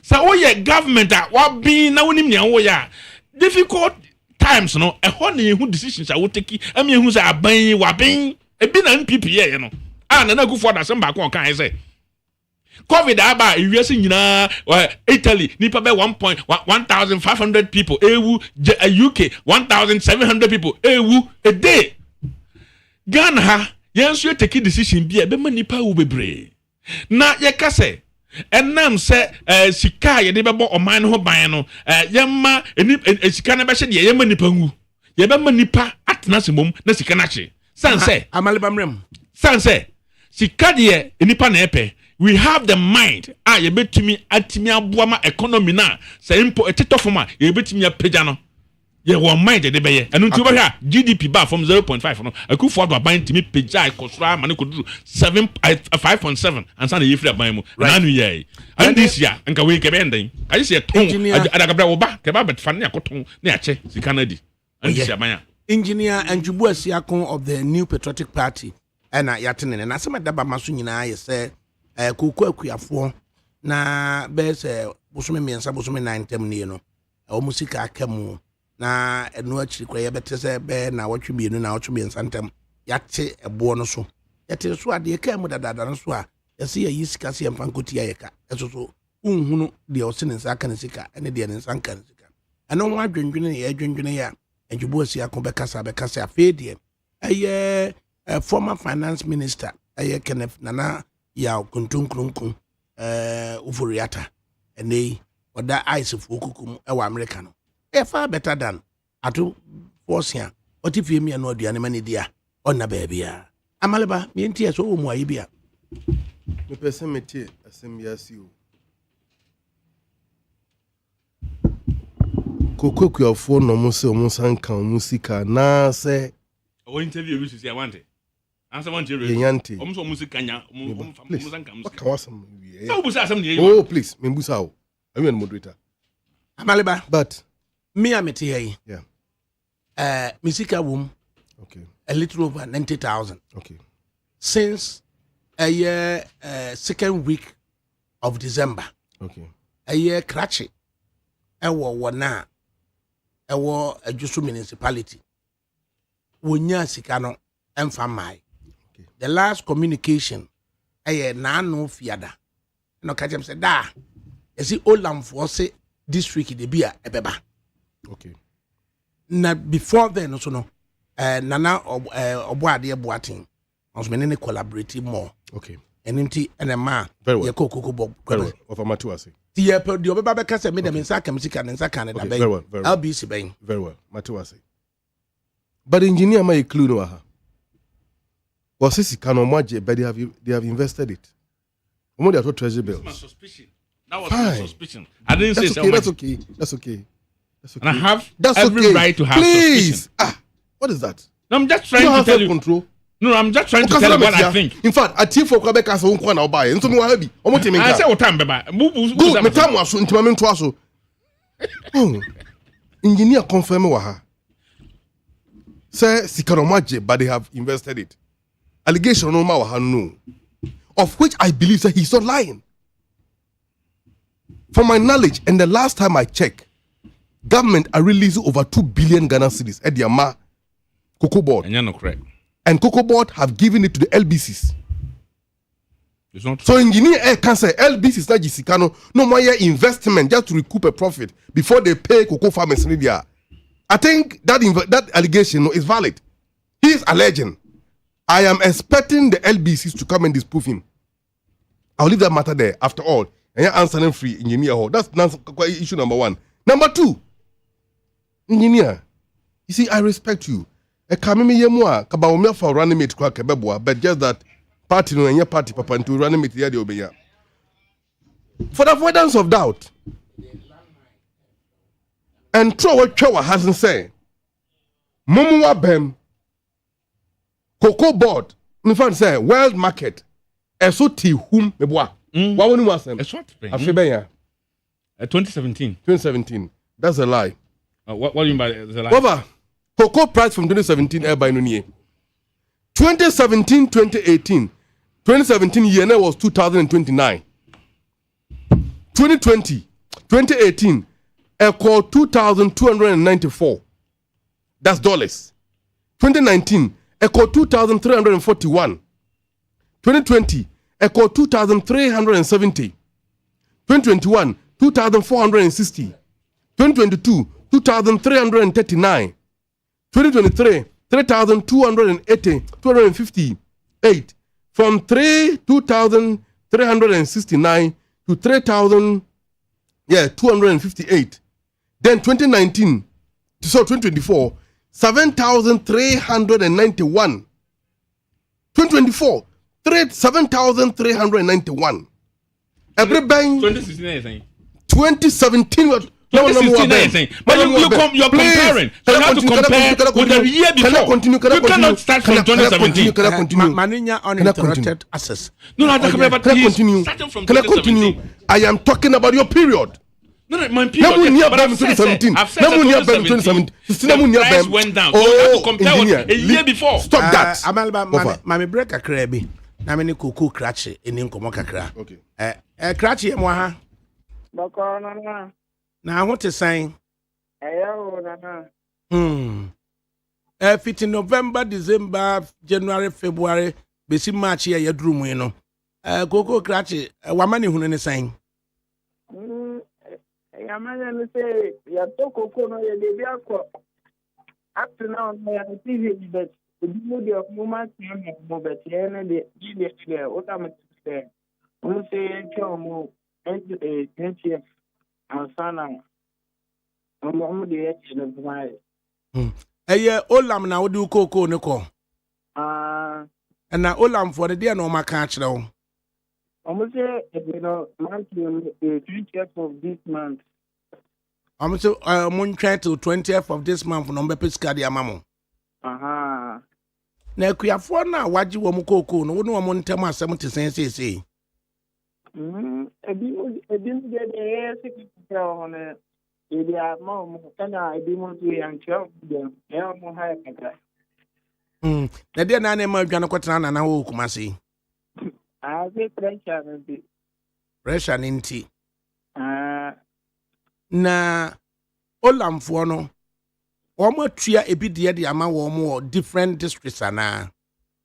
Eno na ma bisa de ma bisa bet konbo de sankan. Ikono de monsankan ska bia. There. And almost say montwen kosi 20th na bi eska beba. Aha. Na wia de yi mu no ebi so ahyase e de wo mo koko ne brew. Yate so de about 2500 e. Obi mo de baba. Se le de bi kwa ma eskanti we mo yange. Ntisi a wo de bakura na wo se fa kogu onom na meniska me de be mount onkoje ma o me bia wo ho. Aha. Yo. Nti de yemo mpaye. Akwele banku ni anas omo ho ye de. Omo ye. Nti si ano mo ye de na mudidi ewo wona. Asimo na. Nyame be ye wai 20th na ye de ye nyame be ye ama 20th na ba. Ni ehwe so mo bedi no kura ma ye ne a wai. Yo na. Yo, nyame nka ho pa. Yo na. Agodai wadi ne papa achi ma ne papa ye kuku krachi na ne papa ko retirement na ja also take over or young guy auto kuku na semuni e no de ka amaliba yengu suntie we. You see, over. Per what engineer said, it is a complete force. No Caribbean. There was no period between the tenure of MPP government in office that cocoa price above form. As I have read to you, he can fast check me. You can equally do same. So he lied. Number two. Number one, what conferences he can abandon to you, but the LBCs have invested in. They want to make more profit on it before they pay to the cocoa farmers. Secondly, he has lied that under NDC tenure, cocoa prices no above MPP tenure 8 years no cocoa price above form, but they pay to the cocoa farmers. In fact, that is a lie. Number two. Number three, the third ma issue. Yene Director Communications at the Ghana Cocoa Board. Okay. Samuel Kweku Jerome. And I said Jerome Kweku Sam as reported accurately in the BBC story, no? Enin komo kakra. Kweku Sam yamwa ha. What family you so? Now what to saying? I'm not doing for now, sir. Kakra. Do we have data? Akuafo dodo a na omusika akam asat last week of November up to 3 weeks ago government ede ye entiso ba ye. Do we know the number of cocoa farmers no omusika akam? What farmer mean share na mean share etifo nititu ne cocoa akuafo. It is a data cocoa board betimi ayden ebetimi enya. However, and now it's a cocoa board and a Kiafo no deal directly means some of this data now LBCs now licensed buying companies now and now because to be a licensed buying company when a Kiafo do a or the wonka and I say be a which you are a wonka. Ya ye the say a sikabia was a dema LBC na ya the amano because it be a amount at Wema LBC Bino. Obesha na ye kuku create baako pe. Then or the mano. Because of Ejma you say kuku create baako which me at if you are best $500. It is a idea of top $500 sir. 500 bucks no. Ubi farmers LBC bio a bit me farmers best 500 because we be a man one bag. A LBC bio so a bit me a year one farmer pe. A bit me 3 farmers. So omo no mo benya eye won omo di omo kankasa as the farmers but ye cocoa board there ye nize ebia 50,000 tons and who sika na yo say eye den echo edema LBC we say no the buy tons say no the buy we tons say no the buy then we give to them but as to for and a clear for a constitute and as a kabum emma eye sa Canada we don't have it, and now we can have it, but no any yen directly, LBC. Okay. Do we know, say, 1 year na yadi omukoko ama crash for no dia call LBCs no until say aban ete so no. Do we know, say, aban ana kokobot e diska ama LBCs no say on koma sankrofo no ana? Yes, it is a fact. Say, now, of our no in the own, na your creative impression is a creafuni nara, and a one, if you do on number 2. Say, from last year, you be a cocoa season. Simple as a couple for yenye the yin chai. Of any sanity. Yachumo akase. Say, Osha baby in chiwa show by ya. Na eye kuku bia abekansa Mexican den enkoye, which is 50,000 metric tons. Because our brain as a kuku no mo buy no. Ene entiso wa amansen Jackson ye den. Eba beshiai. But even though say no poni ni beshiai no, o manpenyi jina na nemu ka say bona tia ba even 1 cedi and $1 per. O de monko ton. Se monko ton wa because na me amo hwehwe ne say menu a meye aban no.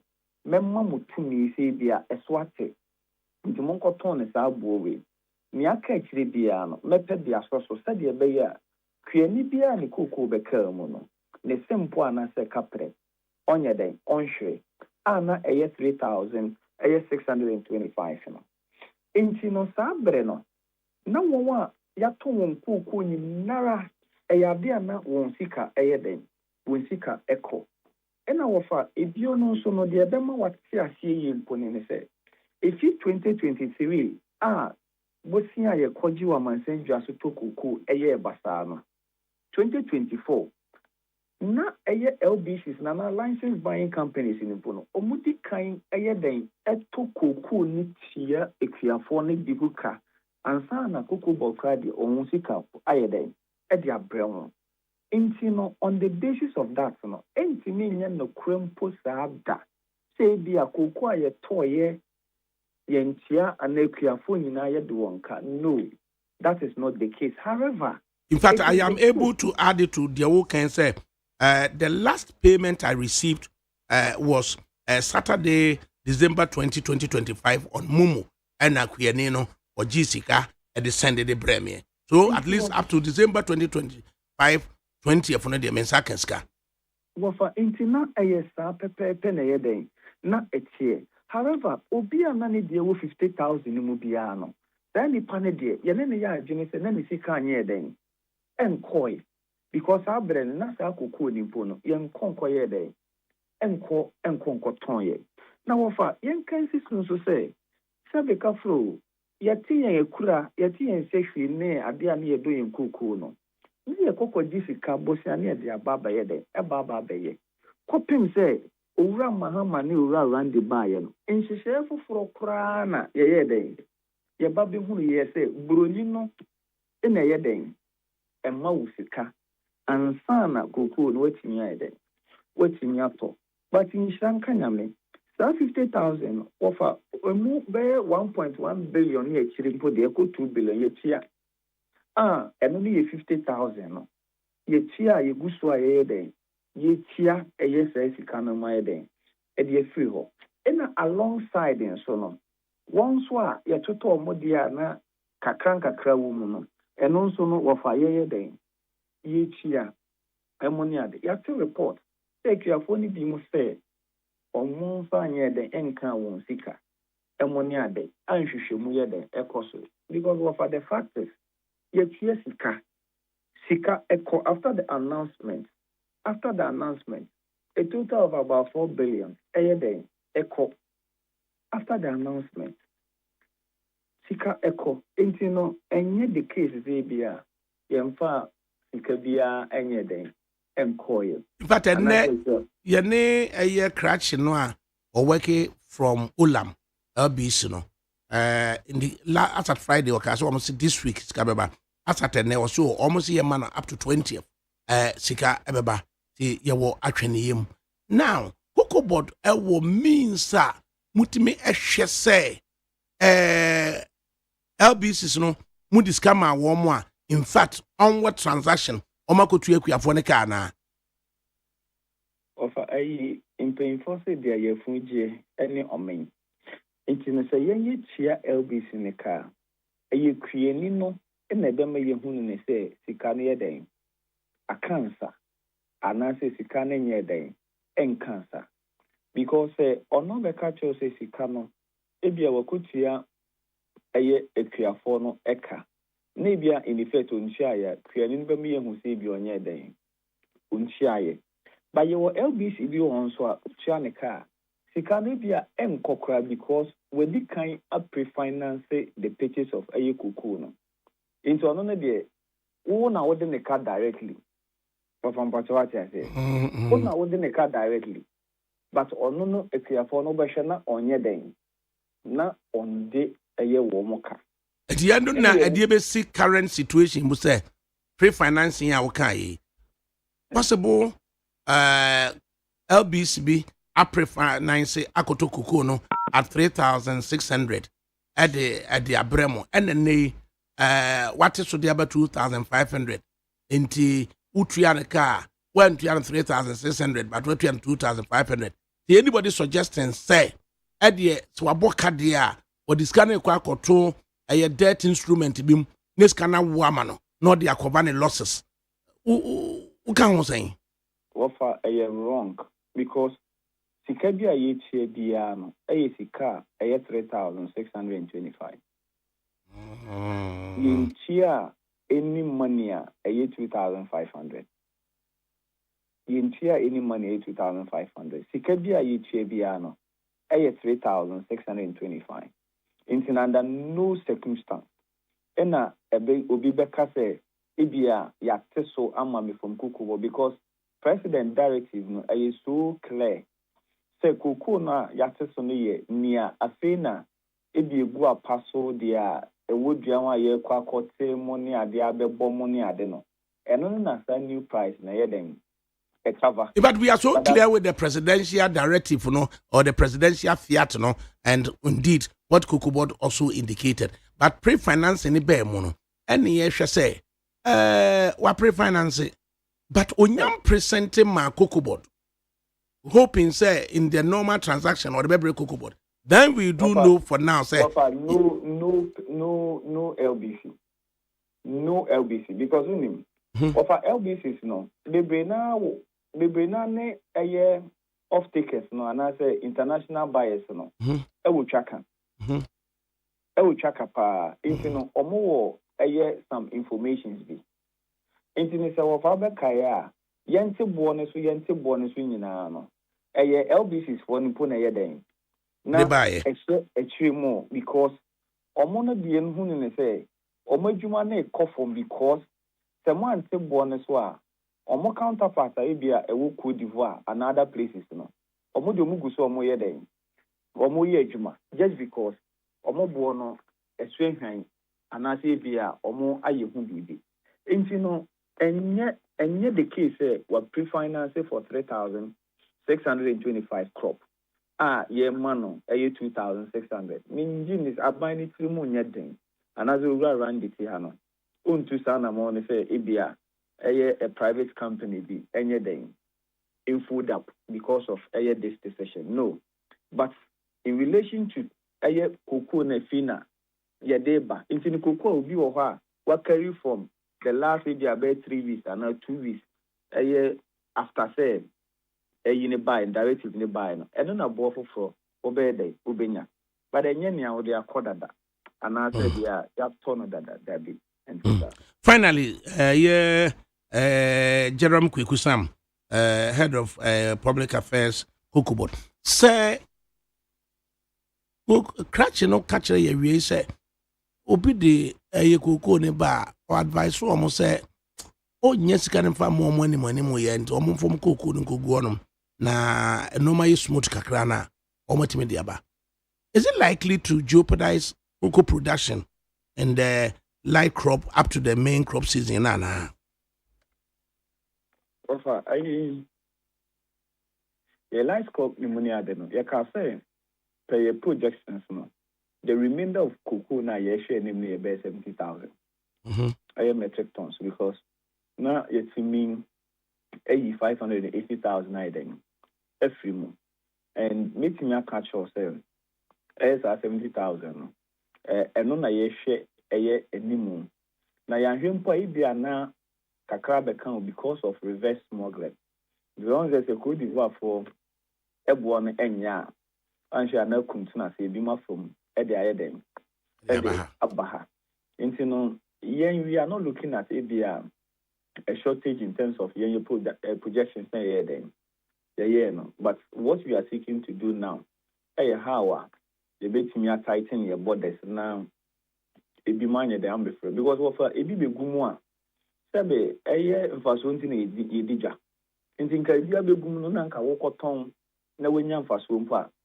Gabeka say, and yan so necessary evil. But however, so how would you allow say be a binya then a bimram be gumu now at the end of the day no Ghanaian cocoa farmer no wahano or no mum and sofa. So no of in terms of production there in printing there it will not affect it. You and Sam ya do say na asan when yanti bibia say besan ba monaso why from bacho miss me that. Right. Jeremy Kweku Sam, head of public affairs, Cocoa Board, and what in Neno. Amaliba, over. Twaswe.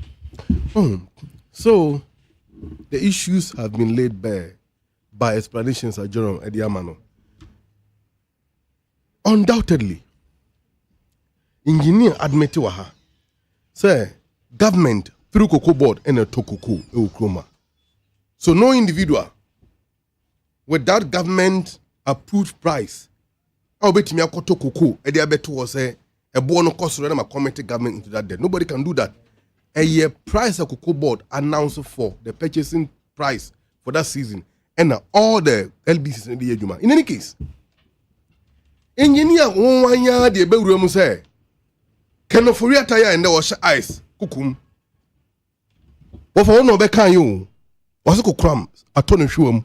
Into a backroom ha enye ye. Ni sent to a dwana kotna bibi obroni krom. Snow mu so wa mafie.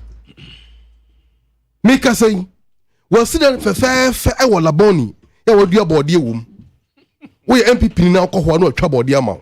Engineer ho a kokoje body me ekobo MPC. San se keno foriata wadwane. San ni pakro we ya. Wate wa no ye adwuma wo se wo ye adwuma ma Ghana free wonje tekunu wonje damba. Make us say, Okoje Bosnia, or no other bank. Ne Lydia bank Koje Bosnia. No Oje Bosnia ni we are 10% trouble no ate edition kutukum. Brand no bodono. Ne party echo oppositioner akwe to bata. Enye bia enye keno foriata as finance minister. And the MPP MPs. Eye no sodom. Over.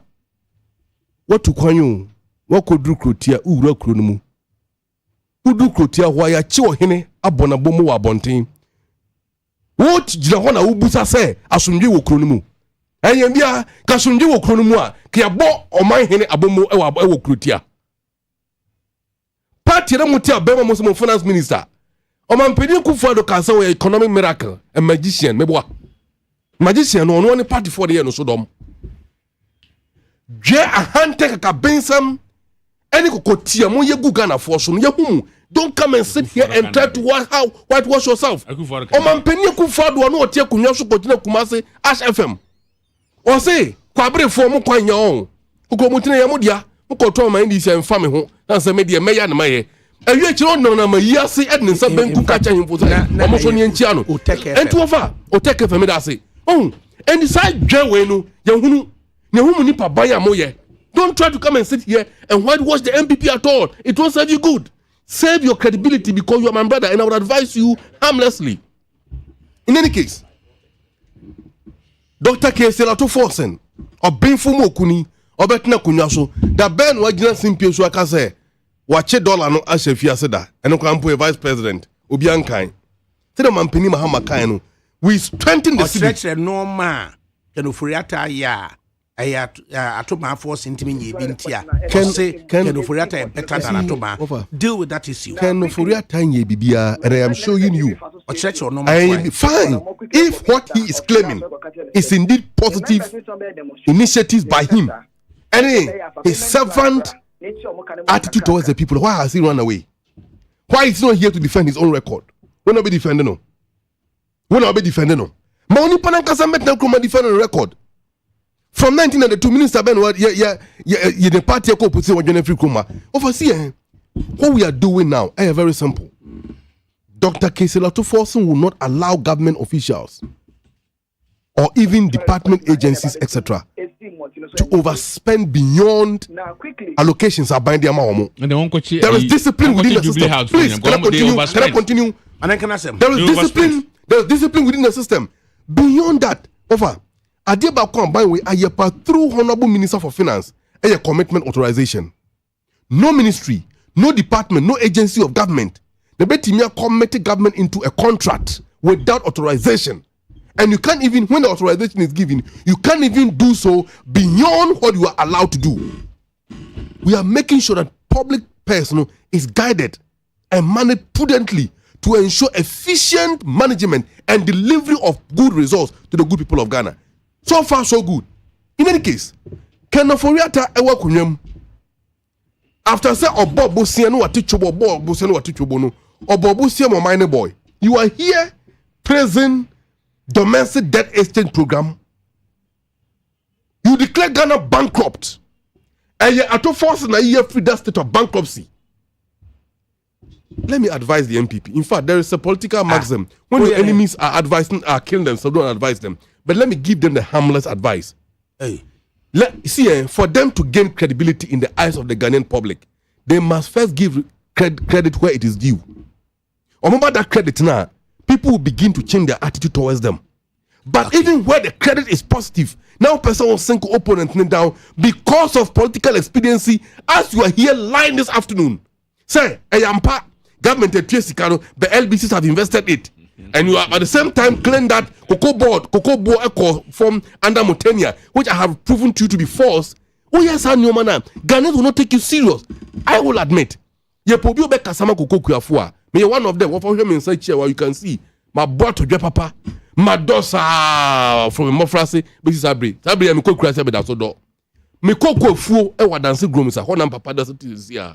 And the abandoned cocoa, say no car to J, say, yeah, debe trafu, and your jar, and a year, and you want Kabia, Master Jado Cano. The American say the MPP are the last people to try to sympathize with the cocoa farmers. Mukoya Motan Hall meetings, and then it means the farmers have disproved you and they have proven how wrong you are and how well informed the cocoa farmers are. Don't presume that Ghanaians are fools. Please stop that.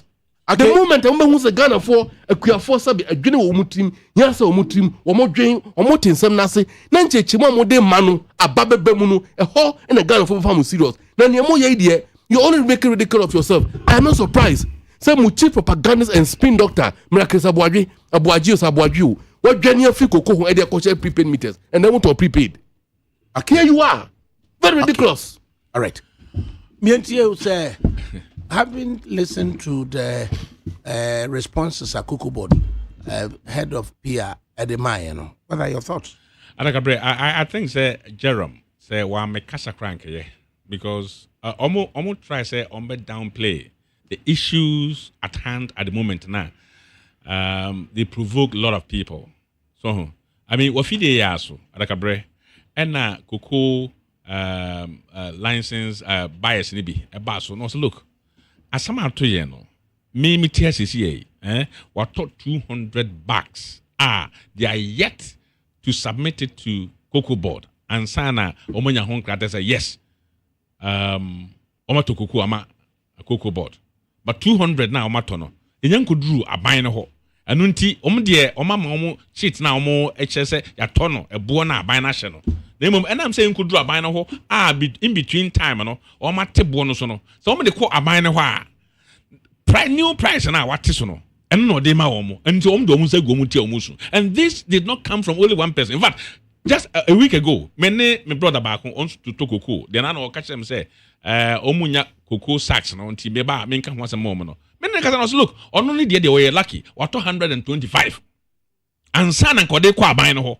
Nti out of that no, obebo ka more than 125,000. Na just ohodo twen price that be no say ade no cocoa omudom kunkura ase kototo cocoa no. And o ma bobo no ansa na omde aba aban eye cocoa board. Ama cocoa board nato nti omo nkofo mo nkura za om toto mago ana omo di aba so that say omo we no om di aba omo de good nyina kan so ma beton nti in between say omo koto free cocoa farmers no ho enso omo baba ama aban nato no it's a different thing altogether and no omo ka say e ka omo bugu no nya bini ansa kwa na cocoa farmers no so omo nya mfa omo de man no omo be ka ho asem na you see ADAKABRI Amalibao, I'm saying read it. He doesn't read. He doesn't read, and he's not current with issues.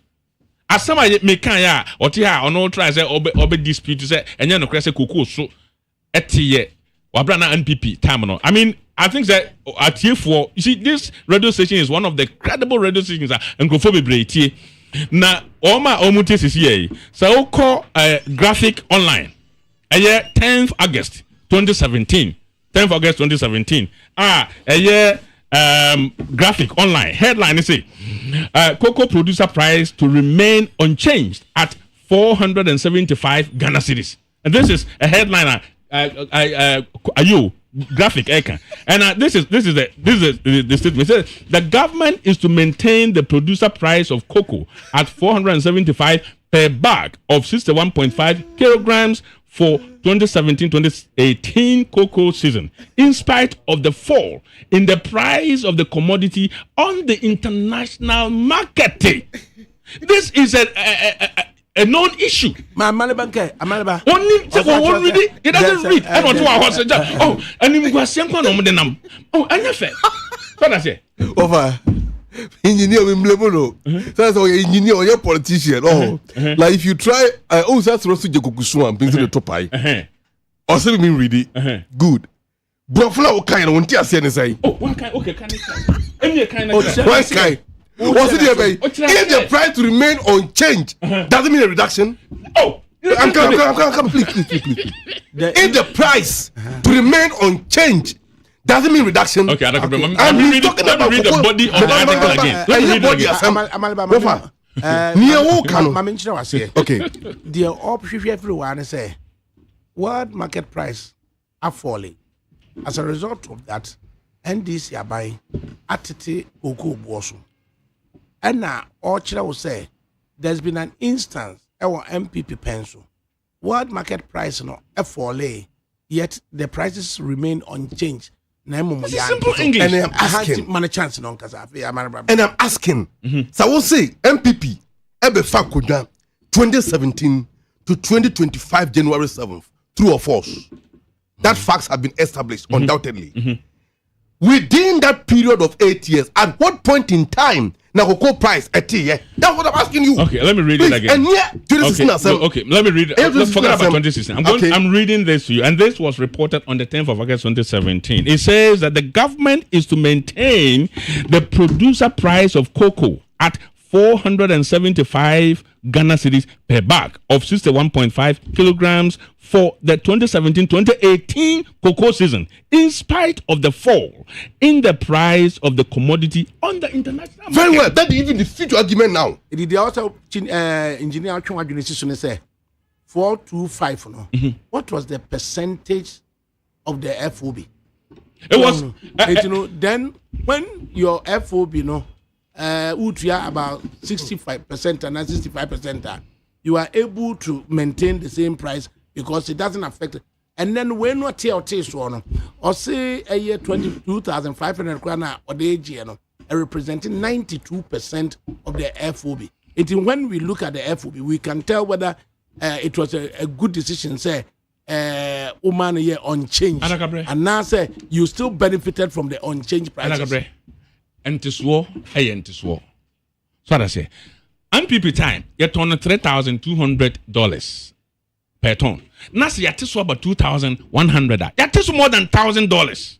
And to quantify, or to multiply Cocoa tof if Ghana come on Sika Bubruya and Amana. What period was that? 2018, 2017, 2018. That is never true. 2017, 2018. That is never true. 2017, 2018. The record doesn't reflect it. But I've read it to you. The record doesn't reflect it. Which year do you know? Wafa, the record doesn't reflect it. Don't allow them to mislead anybody. You quoted from where? 10th August 2017. Doesn't reflect it. 10th August 2017. The record Whose record? The record Whose record? Whose record? The World Cocoa Prize record. Whose record are you talking about? The World Cocoa Prize record doesn't reflect it. A report from Ghana here. But see, have you been able to dispute it? You are admitting that even there was a reduction in cocoa price. No, you see, Anna, you see, he made propaganda. So he made another propaganda. He made another propaganda, which is not fair. You see, I never admitted, say, one propaganda. Your cocoa, I'm a licensed cocoa buyers, no. Man, can I say, me say mu klemusa mu discount womo. You amend your statement. Anna, that's good. No, this is exactly what I said. No, you amend your statement. I'm just repeating what I said. No, that's okay. You can amend your statement. I'm not amending anything. I said if you are claiming say MPP ni no. Mo twesika ama omuso munko tia omuka. Na say omo enfan komo omo. Then my suspicion, these are the words I use. My suspicion is that because of a car omabo omu hu de omu nye obi atokoko $500 fe na obeton ama Ghana aban no so wate so ono ote so no wakotwa omu ka awie anase omu cheat say mu etwa me ka me disika bebremo in between time no aban no ate so anu nti ono so onya dan sa aban disika breme say sa sika me mfa nkotwa omu ka dia then I will save it and make some money on it so that I can reduce my a bit of my loss. This is a comment I made. Back to square one. This is exactly what I said. I never said I'm passing your obiaka no more omako university. You see, but the point is as my me I am still surprised. Say obi to say Randy Abbey or that's what in the position. He has demonstrated ineptitude and incompetence. And the man should have been sacked by now. Randy Abbey should have been sacked long time. Because you see, ADAKABRI, the man's pronouncement, the sense of judgment, the bad judgment, and of course I do in Yaba. Oba Coco, Anam say, Coco, young fan mofu ni, young fan who ma fin entosono. I dear woman, and say, you share word market, no, now yet a sign contract, now you're tongue ahead. Sabaya, assembly class anymore already know your tongue and until you can be this is the power entrusted in your hands to manage this for farmers. One thing I now say, hey, a boy goes through and you sign crata, young train, say a one will go to 13,000. And a bonus on has would you go all time and the answer to and no matter so, why no bad judgment? He should have been sacked. The man should have been sacked. Amaliba over. Randy Abbey also wanyade. Notwithstanding Randy Abbey and I'm maintaining price over and above La Côte d'Ivoire prices. So what do you react to that kind? There could not have been a better manager to lead Cocoa Board than Randy Abbey. Tell us why. But MPP4, their ethnocentric attack on Randy Abbey, because Oyen Granino must stop. It must stop. Who kai Baumia? Meba nyawuna meka Mr. MPP. Are you on MPP? Who kai MPP? Baumia chucho muncho a okasamano. The ex-official spokesperson. Your friend saying? Who kai Baumia chucho muncho? Ne Kasemientie. The ex-official communicator. Kasemientie. Nasem say Randy Abbey should be booted out from Cocoa Board and into Enkrani to name Cocoa Enkramem. Yet they are doing way to Omania. How do we go forward? In fact, I listened to my national chairman, Chairman Asidun Ketia, some time back. No, say under Rawlings days, I think the PNDC era. Yenya Voltaire no Koya regional minister in Brong a Hafo region then. Yenya regional minister so free Brong a Hafo. Koya regional minister, I think in the upper regions. I think upper east or upper west or northern region, one of them. And Usha per the regional administration record. These individuals are among your natives from that particular region, as regional ministers. Their performance was impeccable, even up to date. So what if ADAKABRI becomes a regional minister of my home region, Upper East region? What is wrong with that? Nah, just a nipa chrono. I don't know. Are we looking for managers? Fine. MPP have to explain this to us. Because Cocoa Board no. Obi to say one of the longest 7 chief executive. I'm saying Anthony Fofie. Okay. Fofie free voter region. Fine. And they I'm saying Oti region. And there was Fofie also Cocoa Belt. once upon a time, one of the MDs are not of free Greater Accra. Please can I continue? Yeah, Jada interjections. Those interjections. This attack on Randy Abbey. And yeah, Bibiao. And yeah, about the competence. Yeah, she nipa no attacking Randy Abbey. Mahu. And yeah, let's say MPP. One about attacking Randy Abbey apart from the MPP. And yeah, we should not be bothered so much. Say you be attack Randy Abbey. We should be bothered about the exploits of Randy Abbey. Yes. Are we making headway? Tell us that. We are making headway under leadership. Because Randy Abbey called Cocoa Board. Or steady organization who say no. There are challenges. Challenge number 1. See a person you man the cocoa farmers. There are better conditions of services and what is even due them properly as the bulwark of people who hold our economy. Who said he visited all the cocoa growing areas and this across the country. Obehun said the decision to even pre-sell our beans ahead of time before production within the season is wrong. Why? Because the cocoa beans, the more added value to it, the price variation changes and you earn more. If we have cocoa manufacturing companies, processing companies, you better the cocoa na more, no more added value. Now any more to pay cocoa farmers the more. Why don't we do that? But rather choose to pre-sell the beans. That's number 1. Number 2, the cocoa sector alone employs over 4 million Ghanaian households. So you that sector in a year, now a collapse here, then that means there'll be a problem. After engaging them, he came back, look at internal issues confronting the cocoa board. Particularly at the time of MPP4, more floating cocoa bills in 2022, 2023, more you couldn't pay because of domestic exchange program. I want to admit to say you did that. Cocoa board was affected.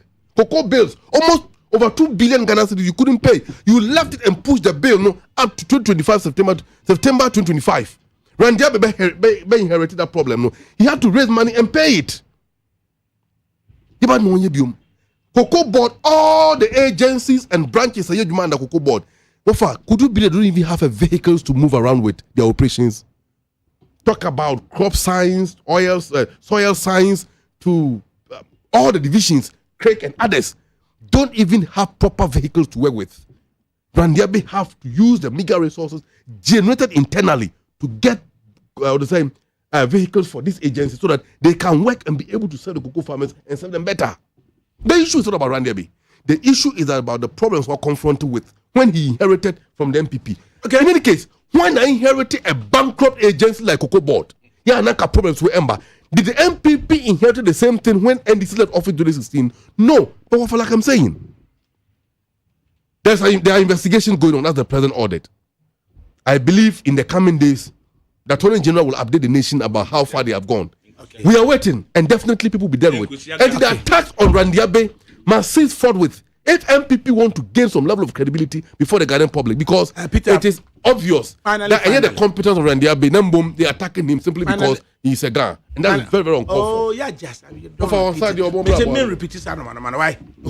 Randy Abbey, it's got nothing to do with gang. Yeah, the almost can coca. It's one of them. So. Peter, final comment. ADAKABRI topic ADAKABRI na baako and it's stress levels.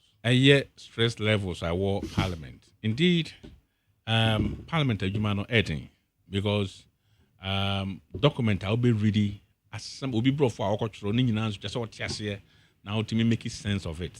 Now we make policies. Me can say Ghana has where your manager, where your CEO. I mean most of the times a bra wonya hu ye adwuma pa 5 o'clock.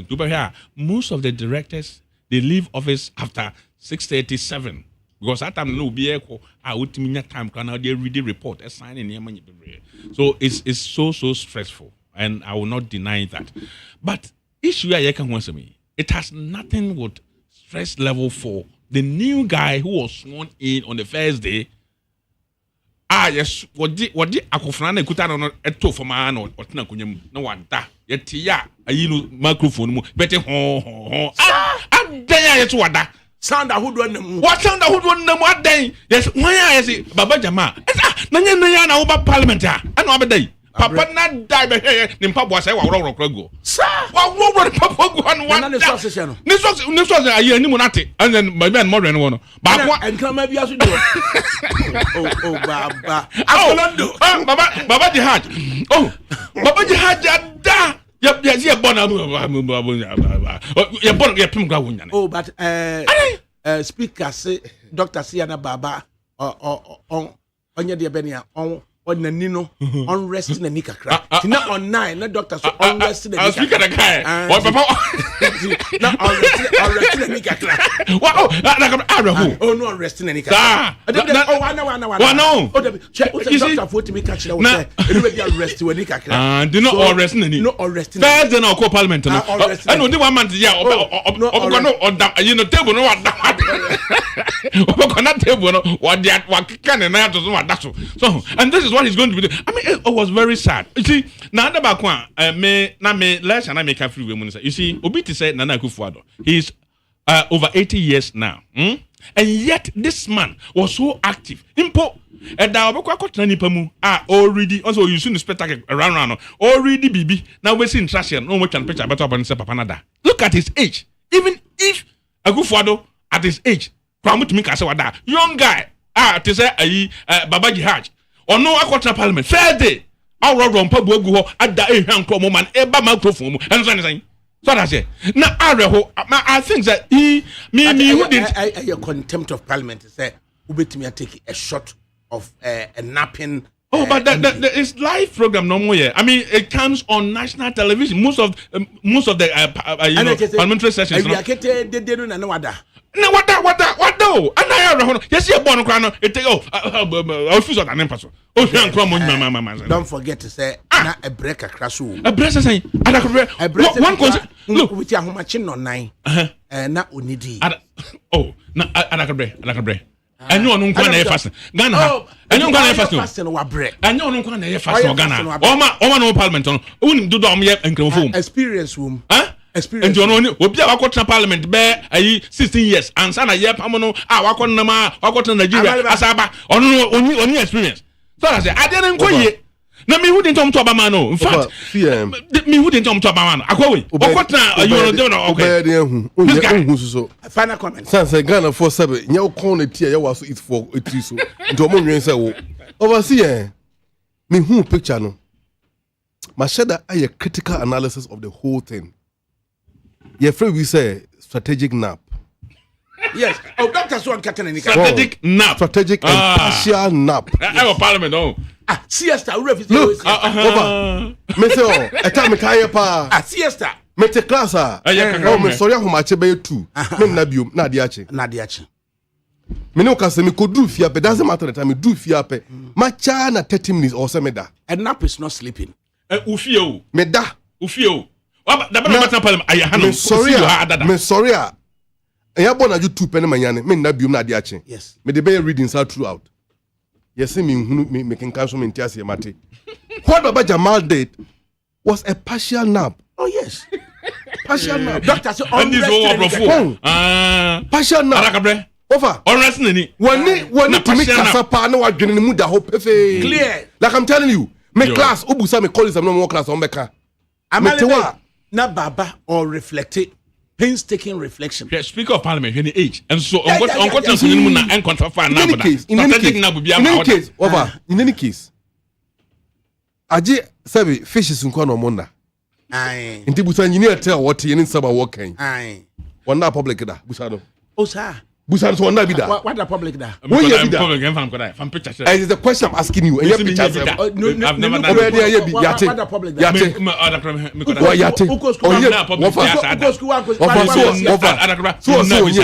But na see the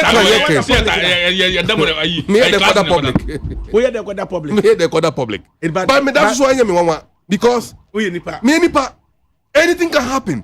Baba Jamal. Baba Jamal. What children feel me no unya ba ko. Still ready what here. Me say Akufo-Addo man. No dey no for chow. Baba Jamal onya mampeni Akufo-Addo ya mampeni. Oya mampeni Akufo-Addo ya mampeni. Oya mampeni. What to kwai. Oya mampeni da onya ba. Ghana for the sika luxurious private jet amano. Yeah, also go see a dream of mine. Oh, masa ade na nye. After everything in the yes, or jitum. Fine. Strategic nap. What you know? You see, engineer, just as people are texting me. Say, Jadi Oya no. Oni optician. Oni eye specialist. Onim se to do ma doctor to catch ya koni gusu kakra. Onim obedi ehu.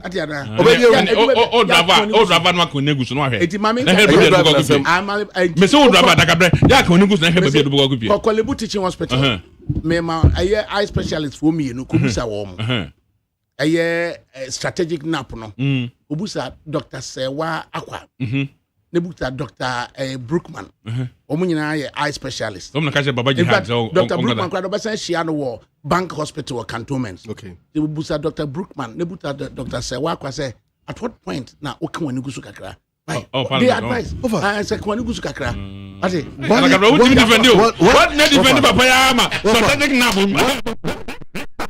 One of the issues papa Eya Samoa, Deputy Finance Minister, Edikoto Parliament and Ra. Yapon.